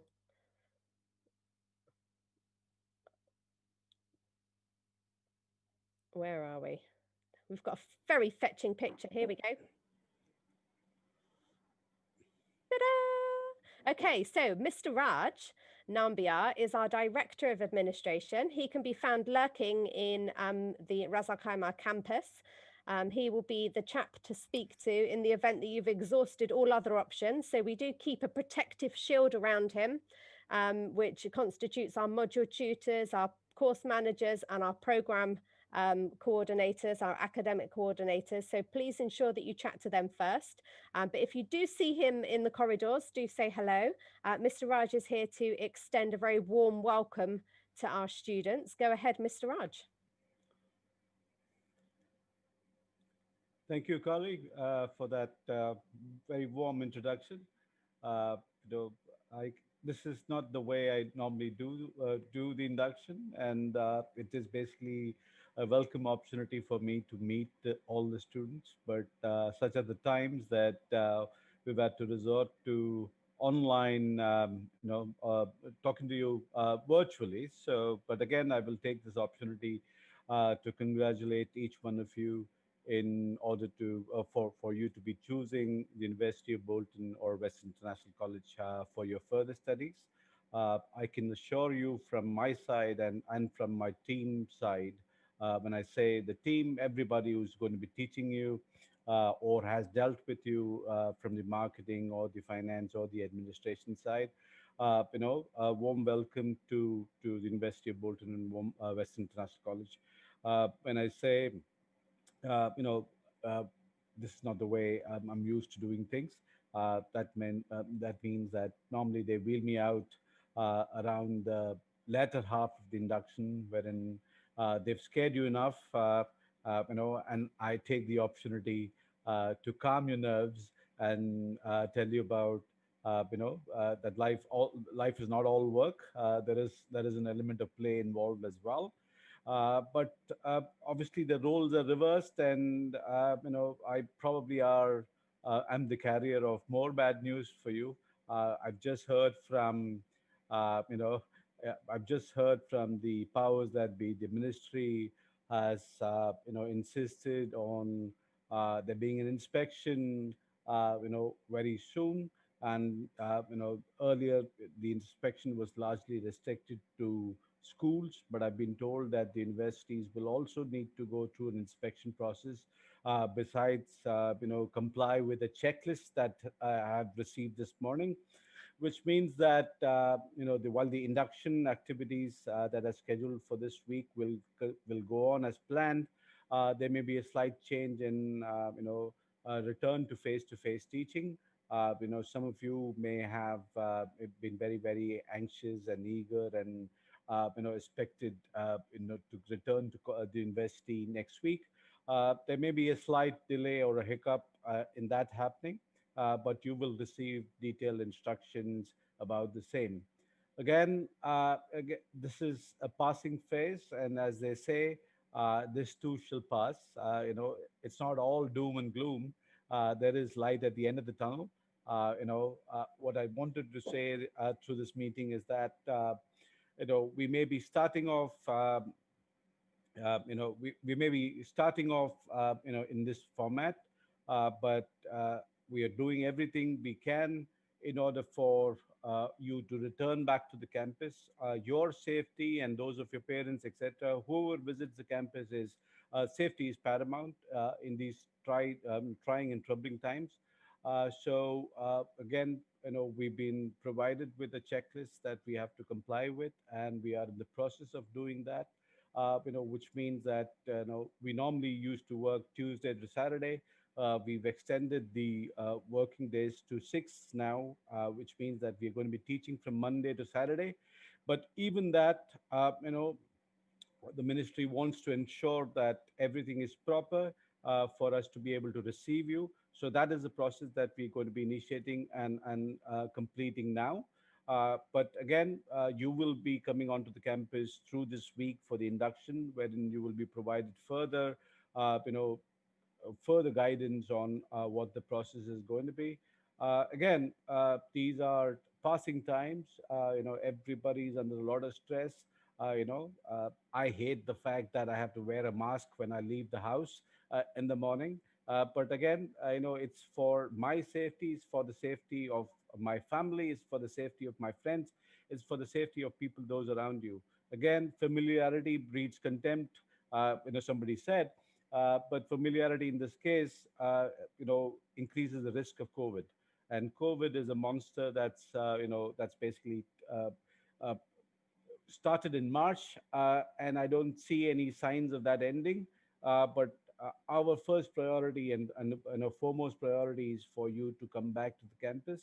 Our our teaching strategy, the four pillar strategy that Carly demonstrated on a PowerPoint just some minutes back, is built on blended learning, which means that uh, you know whilst online is extremely effective, and we've been doing that for 2 semesters and for many years before that, we have in fact one of the pioneers that started online teaching many years ago, and we feel absolutely confident teaching online.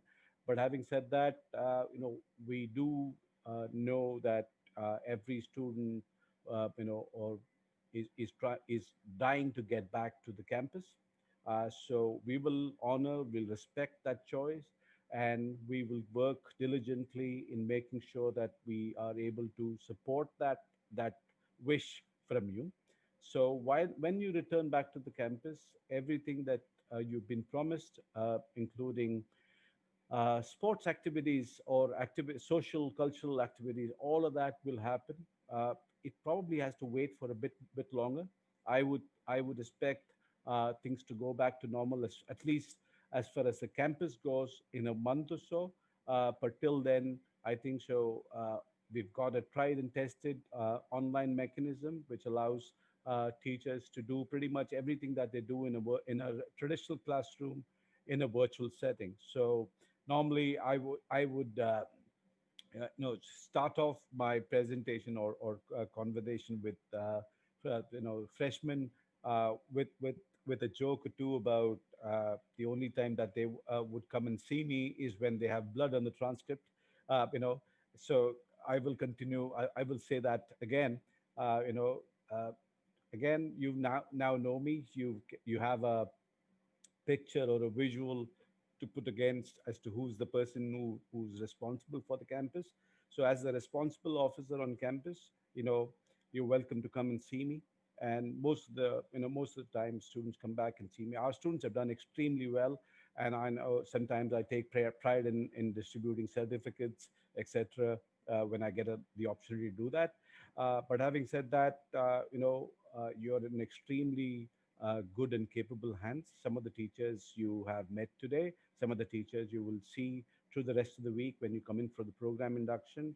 But regardless of that, you're welcome and to come and say hello to me, and I will try and support whatever you can. Yeah, somebody said I heard it split 50% physical classes and 50% online. The hope was to have 70% on site and 30% online. Uh, but again, till such time that the campus is considered, approved by the government of Ras Al-Khaimah authorities, we will need to live in a 100% online setting. But that is again, that's something that will pass. I'm hoping that, like I said before, a month at the most, and we should be back to 70% at the blended learning format, which is 70% on site and 30% online. Because I don't think so anything that can replace the campus experience. Most of you are young individuals who are raring to go, excel in the classroom, excel outside of the classroom, and we are here to support you in the classroom and outside of the classroom. So not to worry. Like I said, this is a passing phase, and we should get back to a semblance of normalcy. When I say normalcy, I don't even know what people call it, the new normal. But like you have adapted so far, we are adapting as well. And while March 8th, it looked pretty difficult. We've come a long way from that day. We've done 2 semesters and assessments for those 2 semesters. And surprisingly, our students have done extremely well through those 2 semesters, which augurs well for you guys as well. Some of you may be nervous about the online setting. You may have done it in the school, but having said that, I don't think so. It's drastically different than what you would do in a traditional classroom. But having said that, uh, all our efforts are driven towards ensuring that we go back to normal on campus, and hopefully, once this we have to bear this pain for this semester, and hopefully when we start off in January 2021, the next semester, things would have gone back to normal. Let's keep our fingers crossed on the vaccine, which will help a great deal, in allaying all our fears, allaying the fears of our parents, etc. So, on a positive note, most of you, this year we've attracted a really good crop of students, and we are absolutely delighted to be working, with you guys in terms of shaping your careers, making sure that we provide you with internships, possible placements, etc. As we go along. We've got a healthy crop of companies that continue to support us. We work with over 80 companies on campus, wherein we provide students the opportunities to intern with them. I would encourage you, I would urge you, each one of you, to investigate the possibility of you doing internships. Anytime that you have any free time, after 2 semesters, if you've got a semester's break, make sure that you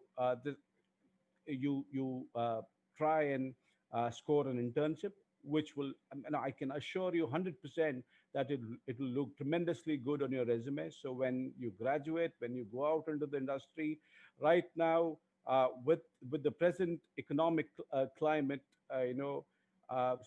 companies are asking before they are hiring. So what are they asking? They are asking, okay, you've done an academic program.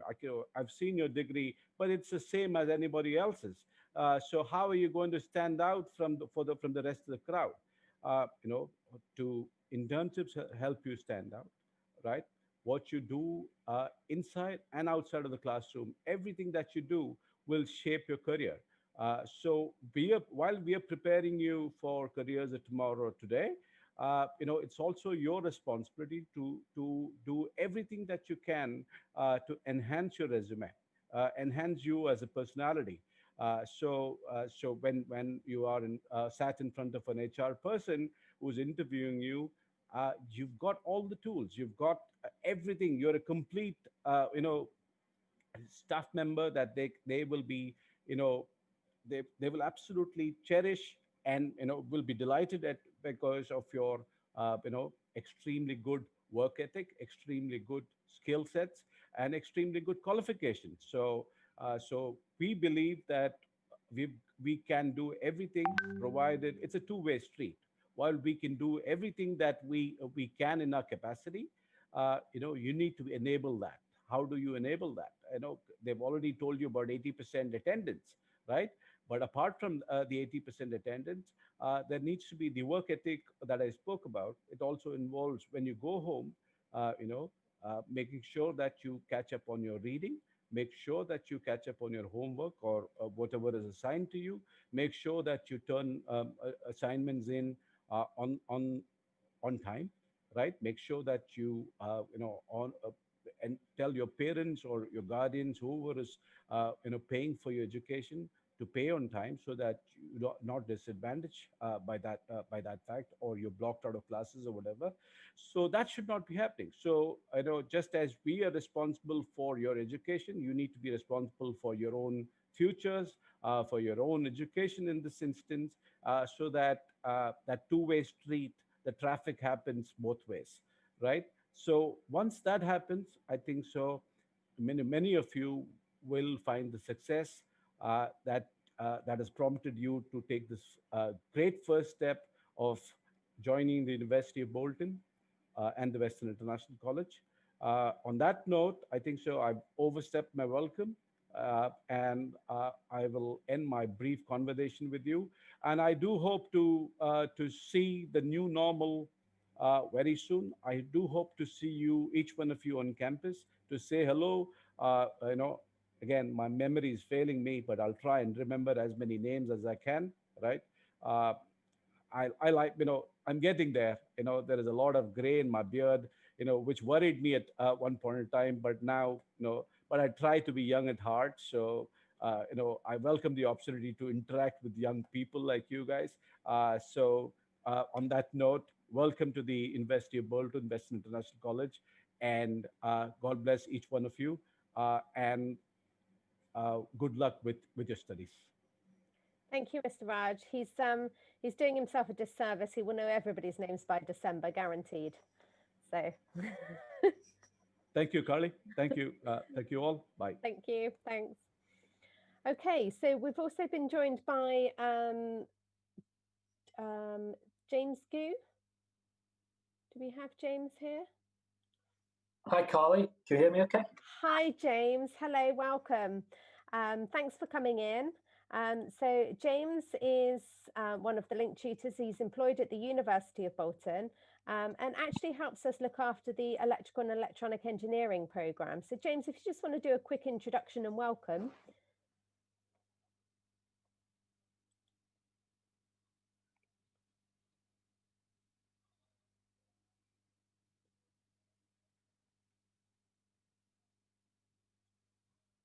Oh, I've lost your sound, James. No, I can't hear you. That's strange.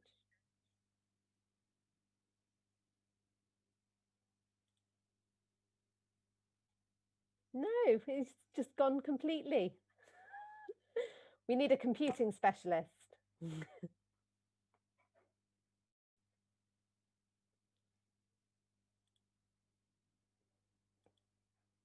No, I still can't hear you.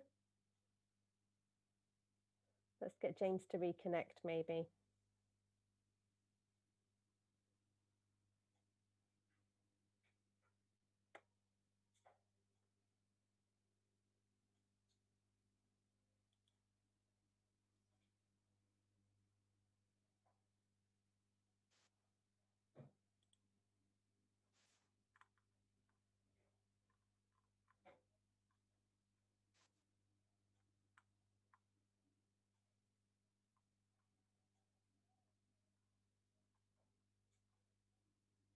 No. Still can't hear you, James. Right, I'm going to go back to my presentation anyway in the meantime.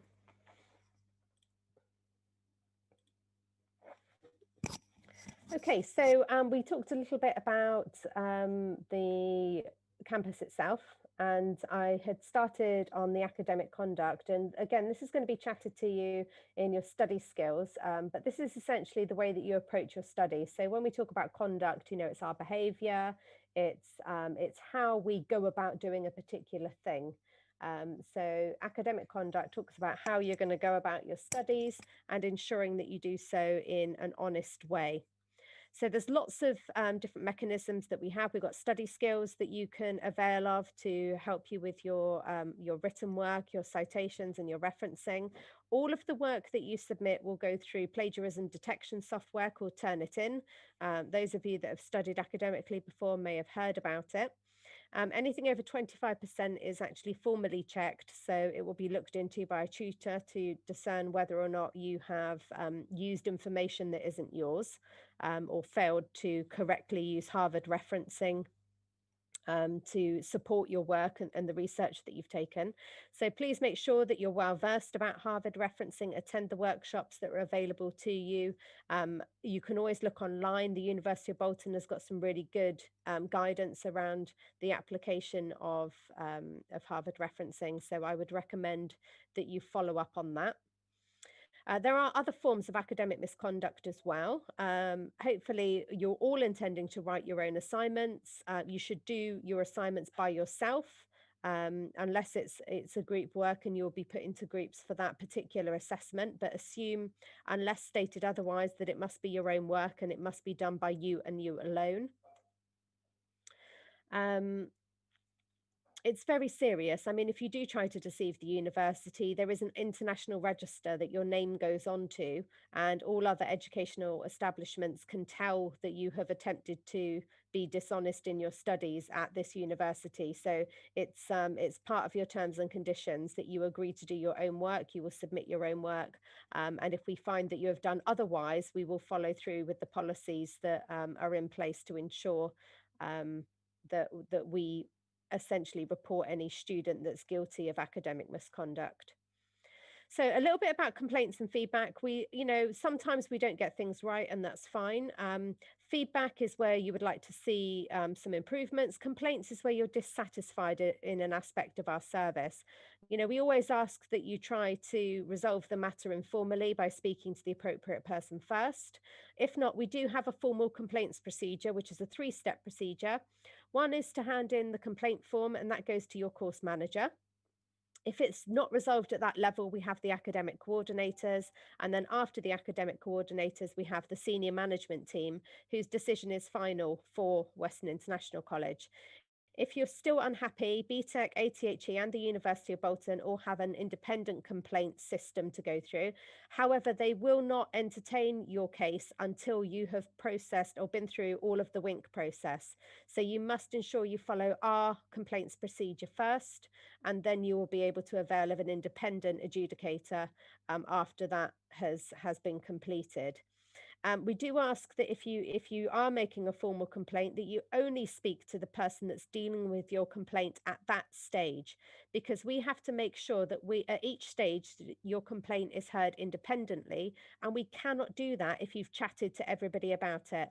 So please make sure that you keep the confidence of the person that you're working with at that level, and know that there is a full process in play. You will have the opportunity to escalate it if you are still dissatisfied. However, if you chat to everybody, then we can't look at it independently. So actually you cross people off the list that can help you. Okay, what happens if you want to contact the University of Bolton? We met Yusuf Giga at the start of this session. He is our Senior Partnerships Manager.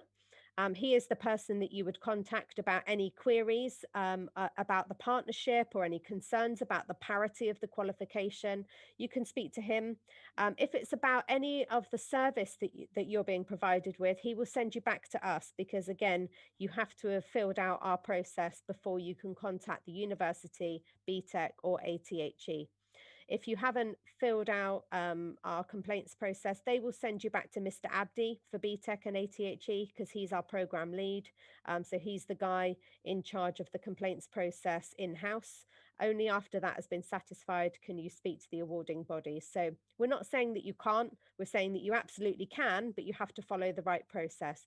The university don't want to hear from all of our 600 students asking about their certificates, or whether or not the university's got a good ranking, or what about our internships. All of those queries should come back to us, okay? Right. You're going to be given some important documents this week. So when you come in, discuss from your program teams. I mean, this may be online now, but face-to-face or online, however it happens, you'll be given these documents: module guide, program handbook, the policies and procedures, and your academic calendar. So all of these are here to help you and guide you throughout your academic year with us. Please read them thoroughly, because these are the abridged versions of the long policies that are available on the websites.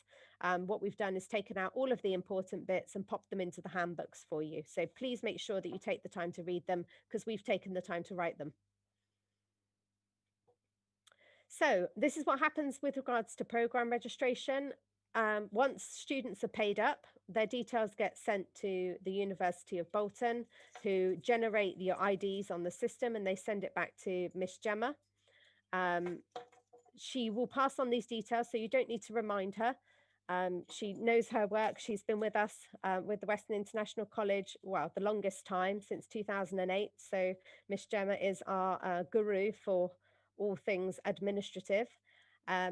You will then follow a link to enroll yourself onto the Bolton system, and you will get all of your links to classes, the online Moodle, and the online library. For ATHE and BTEC courses, Mr. Abdi will register your details with the awarding body, and you will get access to the Wink Moodle pages and receive links to your classes. So all of these processes are happening behind the scenes. Please do not worry. We know what we're doing. We've done this before. Even during COVID, we've done this before. We had students start with us in the summer. So please feel confident that your teachers and administrators know exactly what they're doing, and you will have all of the information ready for you to start your classes. The online systems, there are several. You will have different logins for them.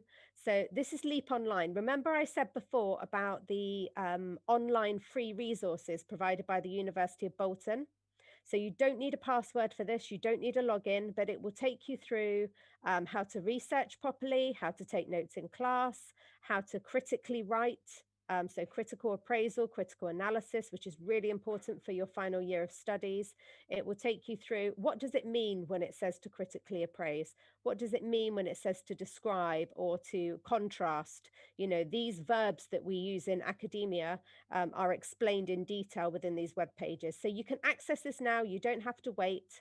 I've popped the website on there, but you can just search for Bolton Leap Online. And all of the resources are here for you, including as well Harvard referencing. So this will all be available. Moodle, many of you would have used Moodle before, but this is essentially an online portal where we collect all of your resources. We have one for ATHE and BTEC, and the students who are studying on Bolton will have access to the Bolton system. We will put on here your assignments, your deadlines, your submission portals. So check this regularly, make sure that you're logging in and making good use of the resources. This is our virtual classroom. This is how it looks when you log in. It'll be slightly different because this is a teacher's perspective, but you have a whiteboard over on the right-hand side, the attendees on the left-hand side, and there's a public text chat, a bit like in Zoom. So you can talk to your classmates, you can ask queries, and the teacher will be teaching you live. So although they won't have the video because it slows down the connection, we are able to share screens, share browsers, and so on, do polls and questionnaires. So all the kinds of things you would get within a normal class, but just put into a virtual platform. So this is an excellent system, and your teachers will show you how to use that as part of the program induction. Right, so deadlines.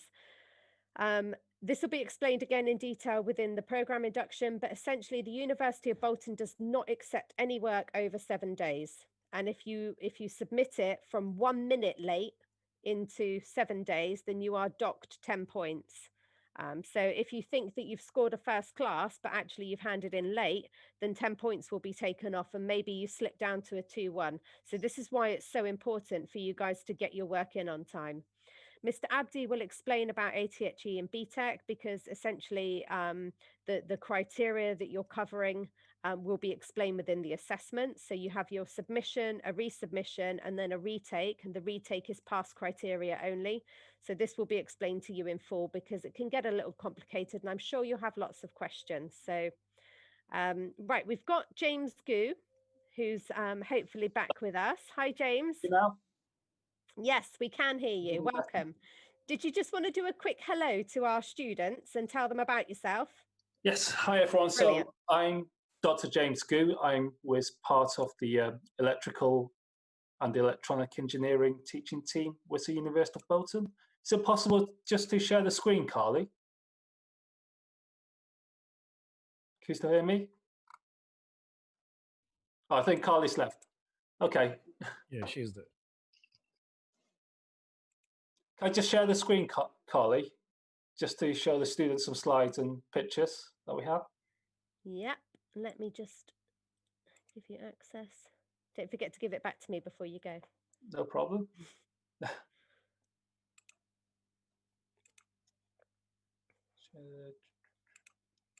Okay. So as well as myself, you can see some photos of my colleagues as well.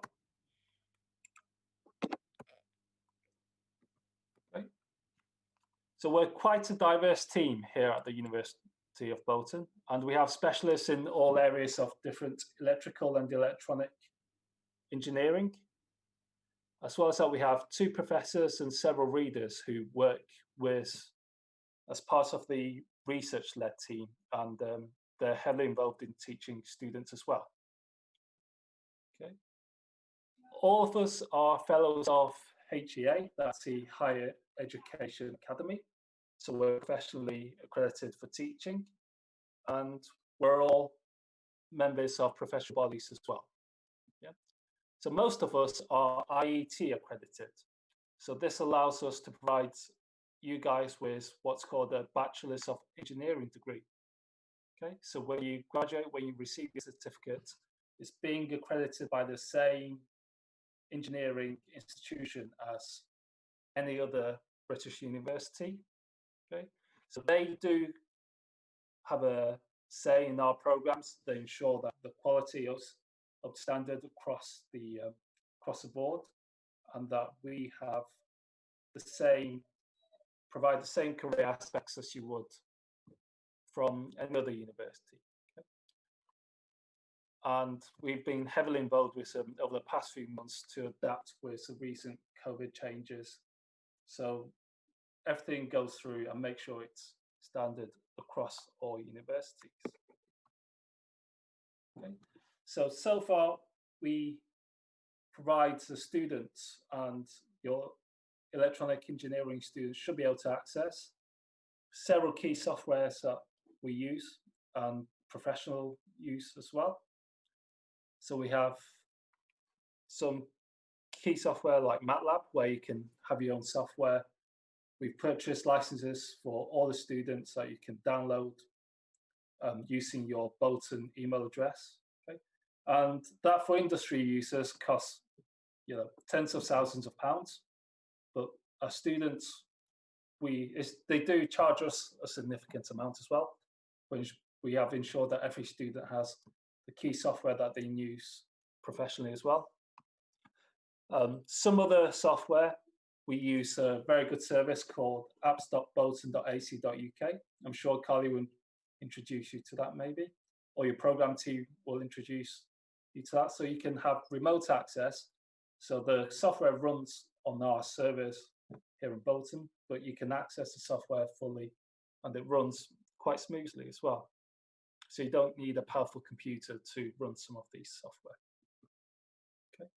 So we are based in the new NCME building that's on campus right next to Bolton Town Centre as well. So we've been heavily invested in terms of engineering. So this is a National Centre for Motorsports Engineering. On the ground floor, you'll see the motorsport stuff. On the first floor is the electrical and the electronic engineering labs, as well as the mechanical engineering labs. And they've received quite a substantial investment recently as well. And top floor, you'll find the computing software guys and computer games. So here we have some snapshots of our students working in our labs.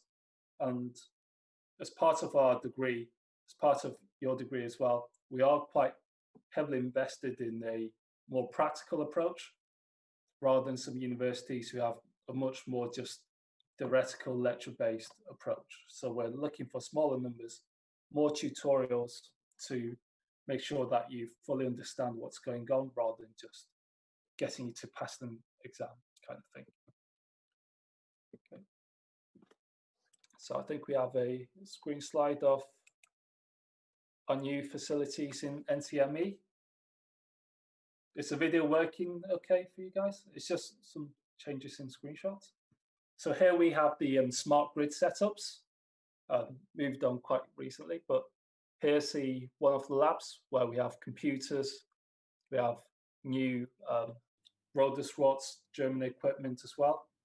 And uniquely, not sure if you guys will recognize this, but this is kind of a motor control setup where you have full control on your computer as well.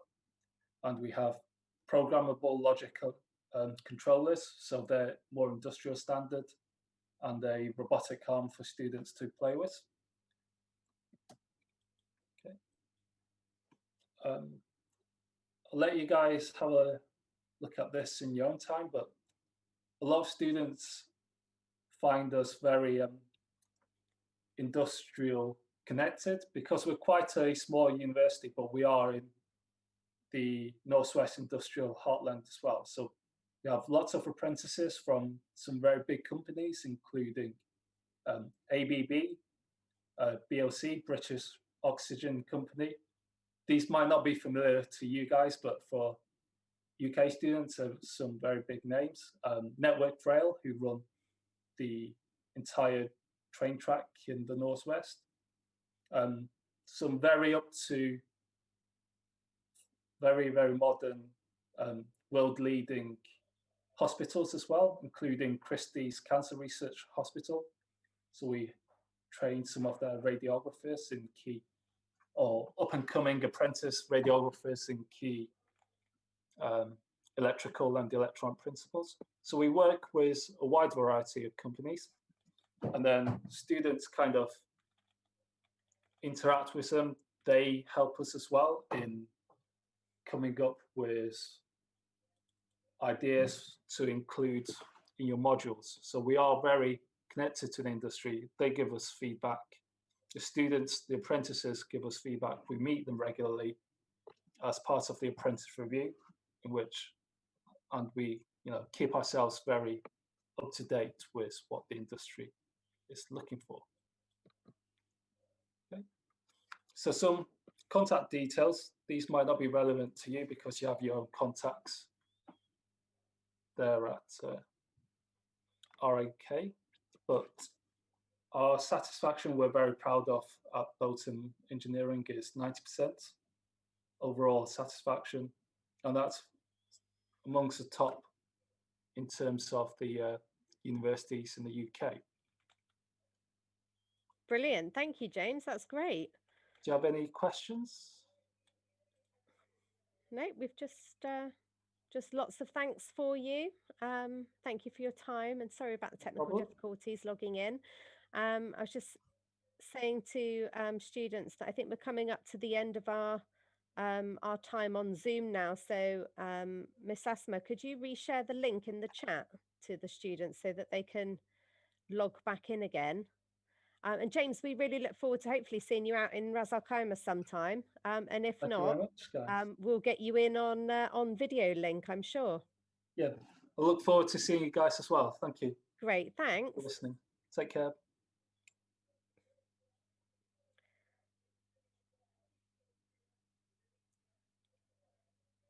Right, so let's see if we can get Miss Asma's link back on, because we also have a library induction for you guys today.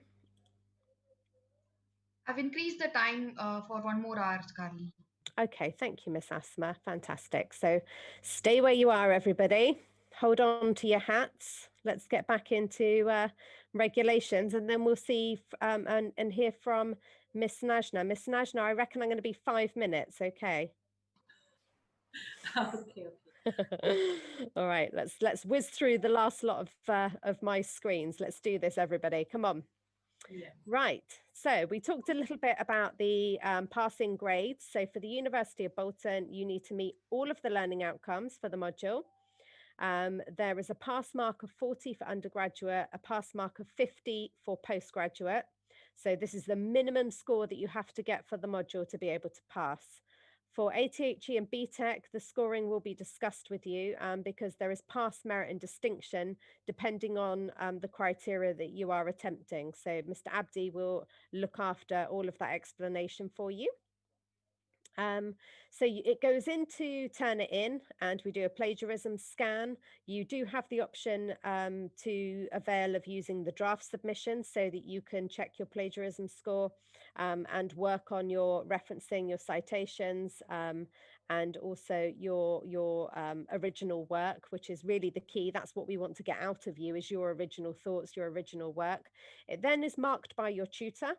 It's checked by an internal moderator or internal verifier, and then samples are sent to the UK or to external examiners. Now, these are people that work for different institutions, so they check your grades against the work that you've submitted. And then we confirm your marks on the system, and then we release your final marks after they've been confirmed by all of these different people. and we schedule a results day, which is where we can tell you about the mark that you've got and explain in detail to you why you achieved that score, why you did so well, or what you could have done better to score a higher grade. So this is why you can't change your mark. This is why you can't argue over the score that you've been given, because your tutor's checked it, another colleague has checked it, it's gone to an external independent colleague who's looked at it, and then it's been confirmed at a board. So this is why we don't negotiate grades, because actually it undermines those professionals who have agreed that your work is worthy of the mark that it received. Okay, what can go wrong? Obviously, if you don't pay your fees, then you know, you're prevented from accessing the system, which can stop you from handing in your work, which can mean that you get scored a 0 or be made to repeat. So this is very important. You know, we need to have your fees in place so that you could submit on time. If something changes in your family life, speak to us, because we do have lots of different policies that we can avail of. You know, we can temporarily interrupt your studies, or we can change your module loading. So speak to us all the time. Tell us what's going on. Let us know how we can help you, and we will tell you what the university or the awarding institution can do in return.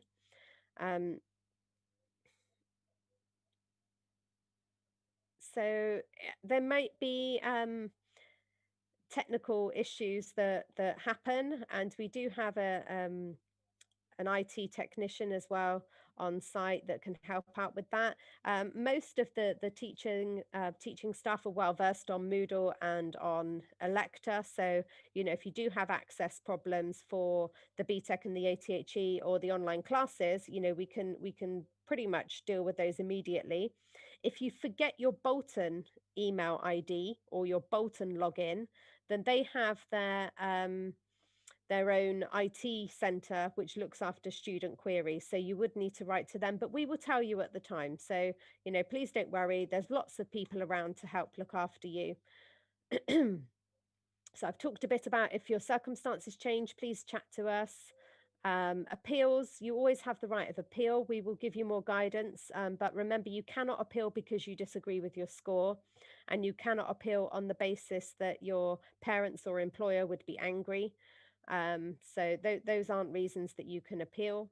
You are able to withdraw or suspend your studies, so we would speak to Miss Gemma about that, because that can only happen within the first few weeks of the programme. Because obviously you don't want to get midway through and interrupt your studies. That's not really fair. Okay, so communication is key. Assume that we're human. I've said this before. Please try and share your thoughts with us, share your personal experiences, any problems that you're having at home or with work or with your studies. You know, we are here to help you. We are committed to bringing you the best of British education. And, you know, we've done this for a long time. You know, you are in good hands. You'll be well looked after. And Miss Najna, that really is the end of my slides, believe it or not. So, Najna, yes, did you want the yes, screen share? Yes. Okay. Thank you. Now, Miss Najna is our PhD coordinator, as well as our librarian and general all-round good egg. Miss Najna, it will help students when they come in. She will find stuff for you. She will tell you how to use the online library system. So, you know, keep on her good side if you want the decent books. You know, there's no bribes though, you know, it's the same for everybody. So let's go. Najna, you are now the host. Thank you, Carly. I'll mute myself so I don't babble throughout.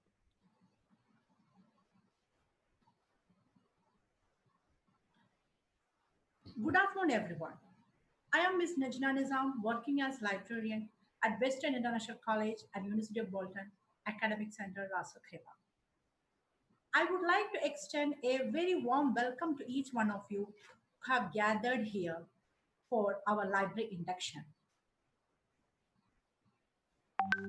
Libraries are sacred time machines where knowledge flows and magic is eternal. I would prefer to start my library induction with this famous quote by Mary Barnes. I am here to share the main facilities of our library like the policies and procedures, library facilities, and then of course, an overview of University of Bolton e-library. The mission of our library is to provide an academic information resource center which supports the user community in such a way to achieve the highest professional standards in a cost-effective and user-friendly manner. The services which we aim to provide: access to materials and services required for learning, accommodation in which study can be carried out, guidance, instruction, information about the services available. The only thing that you absolutely have to know is the location of the library, famous quote by Albert Einstein. So here is the location of your library. The library is located in Block A, which is also known as Senate House. Library has a total seating capacity for 100 users at a time. The reading area includes a leisure reading area, 15 individual study units, 1 group study room, and open access computing with 12 workstations. The security of our library collections are ensured through CCTV cameras, and our library is serviced by wireless internet. We use Dewey Decimal Classification System to shelve our items. Opening hours of our library: we work from Monday to Saturday, 9 a.m. to 4:30 p.m. and Sunday the library is closed. I would introduce you to our friendly library staff. It's myself, Nejna Nizam. This is my email address where you could contact me for any queries. I would be happy to help you. And the second one is Miss Matina Arun, and this is our email ID. And in this contact number, you could contact us. We would be available through the library open hours. Moving towards the library holdings. So many books, so little time. We have 6,000 print books, 1,200 reference books, 12 print periodicals, and 180,000 e-books, more than 7,000 e-journals, 100 abstract and databases, full text databases as well. We provide e-library user guides for 9 academic programs which we run here. Moving towards the library lending and borrowing policies. We have 2 main sections in our library. One is circulation section. From the circulation sections, student can borrow 3 books for a period of 1 week time. At the same time, faculties can borrow 5 books for a period of 1 week. Moving towards the reference section, lending and borrowing policies. From the reference section, students can borrow 2 books for overnight, and this is applicable as same for faculty as well. Regarding reference books, these books are normally for use in the library only, but may be borrowed overnight on short-term loan. Core textbooks are also available in the reference section and can be borrowed on short-term loan. This is another service of our library, which is called as reservation service. So a book is on loan and another user requests it. This book is recalled via email and must be returned as soon as possible. The requested will be notified by email. No renewals will be allowed if a title is reserved. Don't forget to return your library books. Yes, here I am to talk about the overdue books. You all know that we have overdue fines for library books if it is not returned on the correct time. If a book is not returned by the due date, the borrower will be charged a fine of 87 for reference books and 85 for the circulation books per day. When talking about the damaged or lost books or periodicals, if a book is lost or not returned, the user will be liable for the cost of replacement of that title. Other services which we provide in our library. One of the services is research reference service. Our research reference desk is a service counter where we provide library users assistance towards library materials and expertise advice on multiple kinds of information from multiple sources for each program which we run here. The another service is current awareness service. Current awareness services are tools you can use to keep you updated with the latest professional literature in your field of interest. For this service, we have completely dedicated a bulletin board in front of our library where we would be posting the latest updated happenings in your field of interest. Moving towards library code of conduct. In order to retain your access to a library, please follow these simple rules. Respect each other's right to study in a quiet atmosphere. Behave in an appropriate manner at all times towards students and staff. Mobile phones must be on silent mode. Leave the library to answer. No food is to be consumed within the library, and drinking is limited to bottles with tops and cups with lids. Downloads must be relevant to your course. COVID-19 Library Code of Conduct. In order to retain access to the library during this global pandemic period, please do follow these simple rules. You must wear a mask or face covering when in library and campus premises. You must observe social distancing guidelines. Ask students to only visit the library on the days that they are timetable to come into the university. If you fail to comply with these rules, your permission to access the library will be revoked, and you may be subject to disciplinary action. I'm so sorry. If this is library, then we have to follow the rules as well. Moving towards electronic library of University of Bolton, I would like to introduce you all to the University of Bolton Electronic Library. All the registered students of University of Bolton Electronic Library could access this facility. When writing and presenting your academic work for your academic studies, you should use resources from academic sources such as subject textbooks, databases, academic journals, etc. Lot of informations are available in open web and online platforms. But no one can assure you that those are academic relevant information or resources. To avoid all those confusions, University of Bolton has provided their students with a wealth of online resources. So here I am going to introduce you all to the resources, facilities which we provide to our Bolton Library. This is the web address of our library. And this is a screenshot of our library homepage. How it looks like.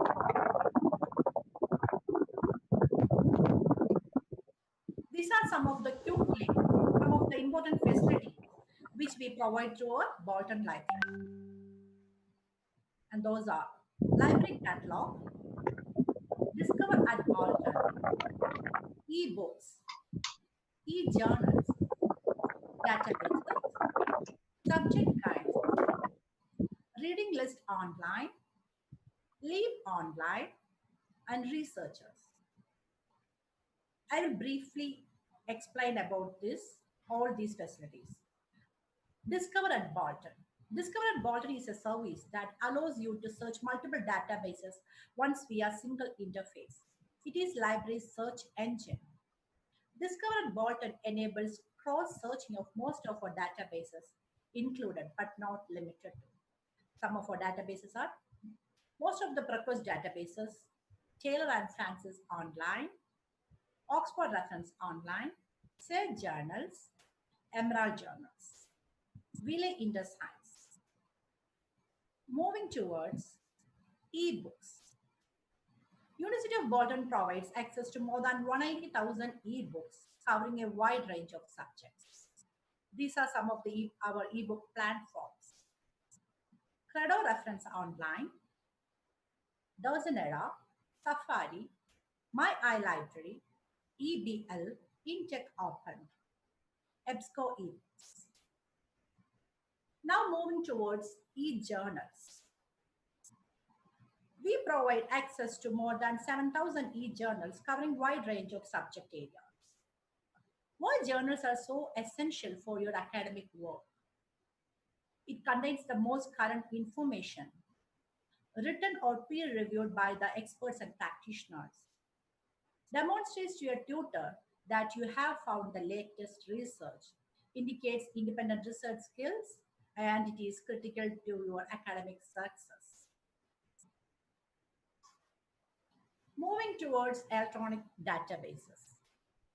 The University of Bolton has access to more than 100 abstract and indexing databases and full text databases. Databases are an excellent starting point for your research. They will help you find good quality academic research on specific topics.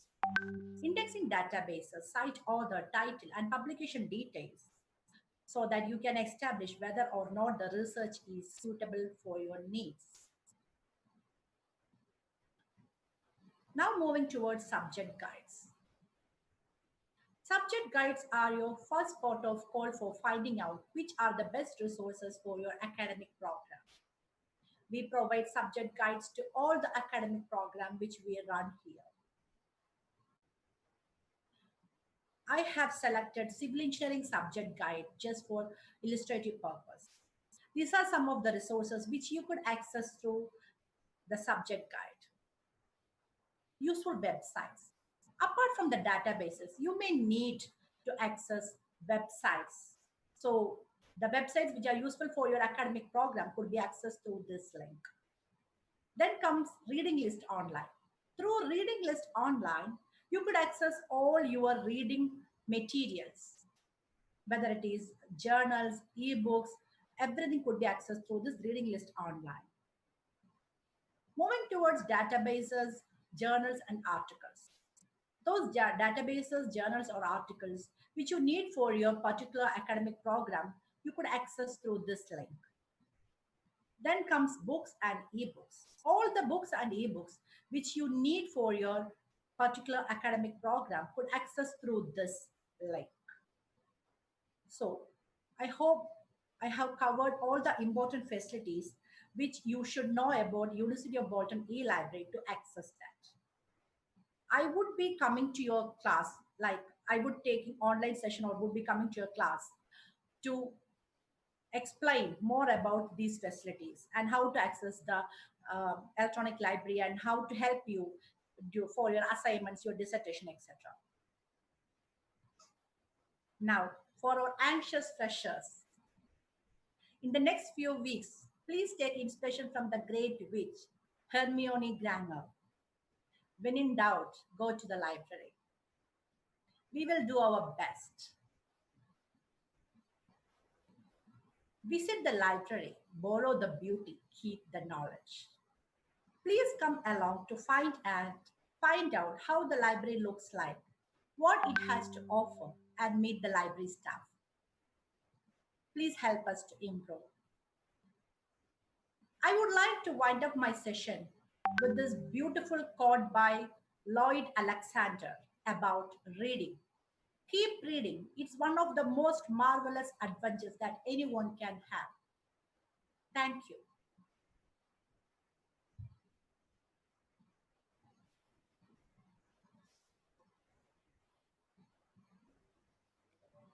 Thank you, Miss Najna. That was great.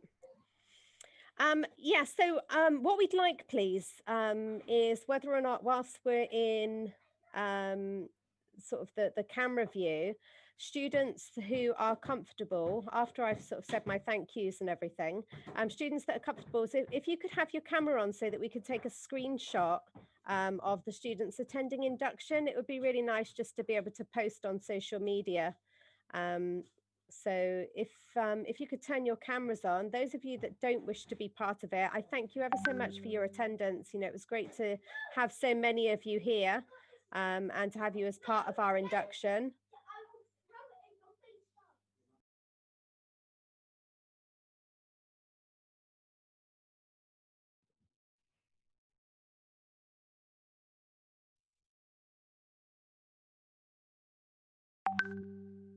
It would be really great if we could have, yeah, a whole host of you. That would be brilliant. Let's have nice smiley faces. Come on, let's pretend that you've not just heard all about the rules and regulations for the last 2 hours. Wonderful. Oh, lovely. That's great.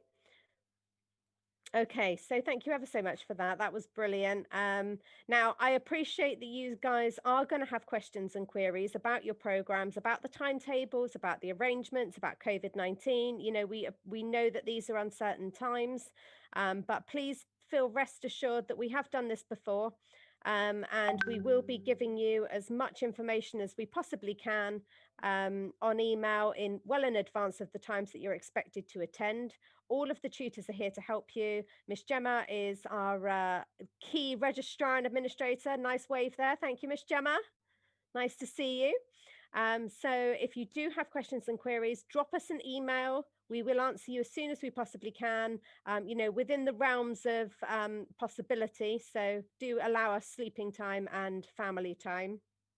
And for all of you, God bless, stay safe, keep following the government guidelines, and we will get you on campus as soon as we possibly can. So thank you for your time.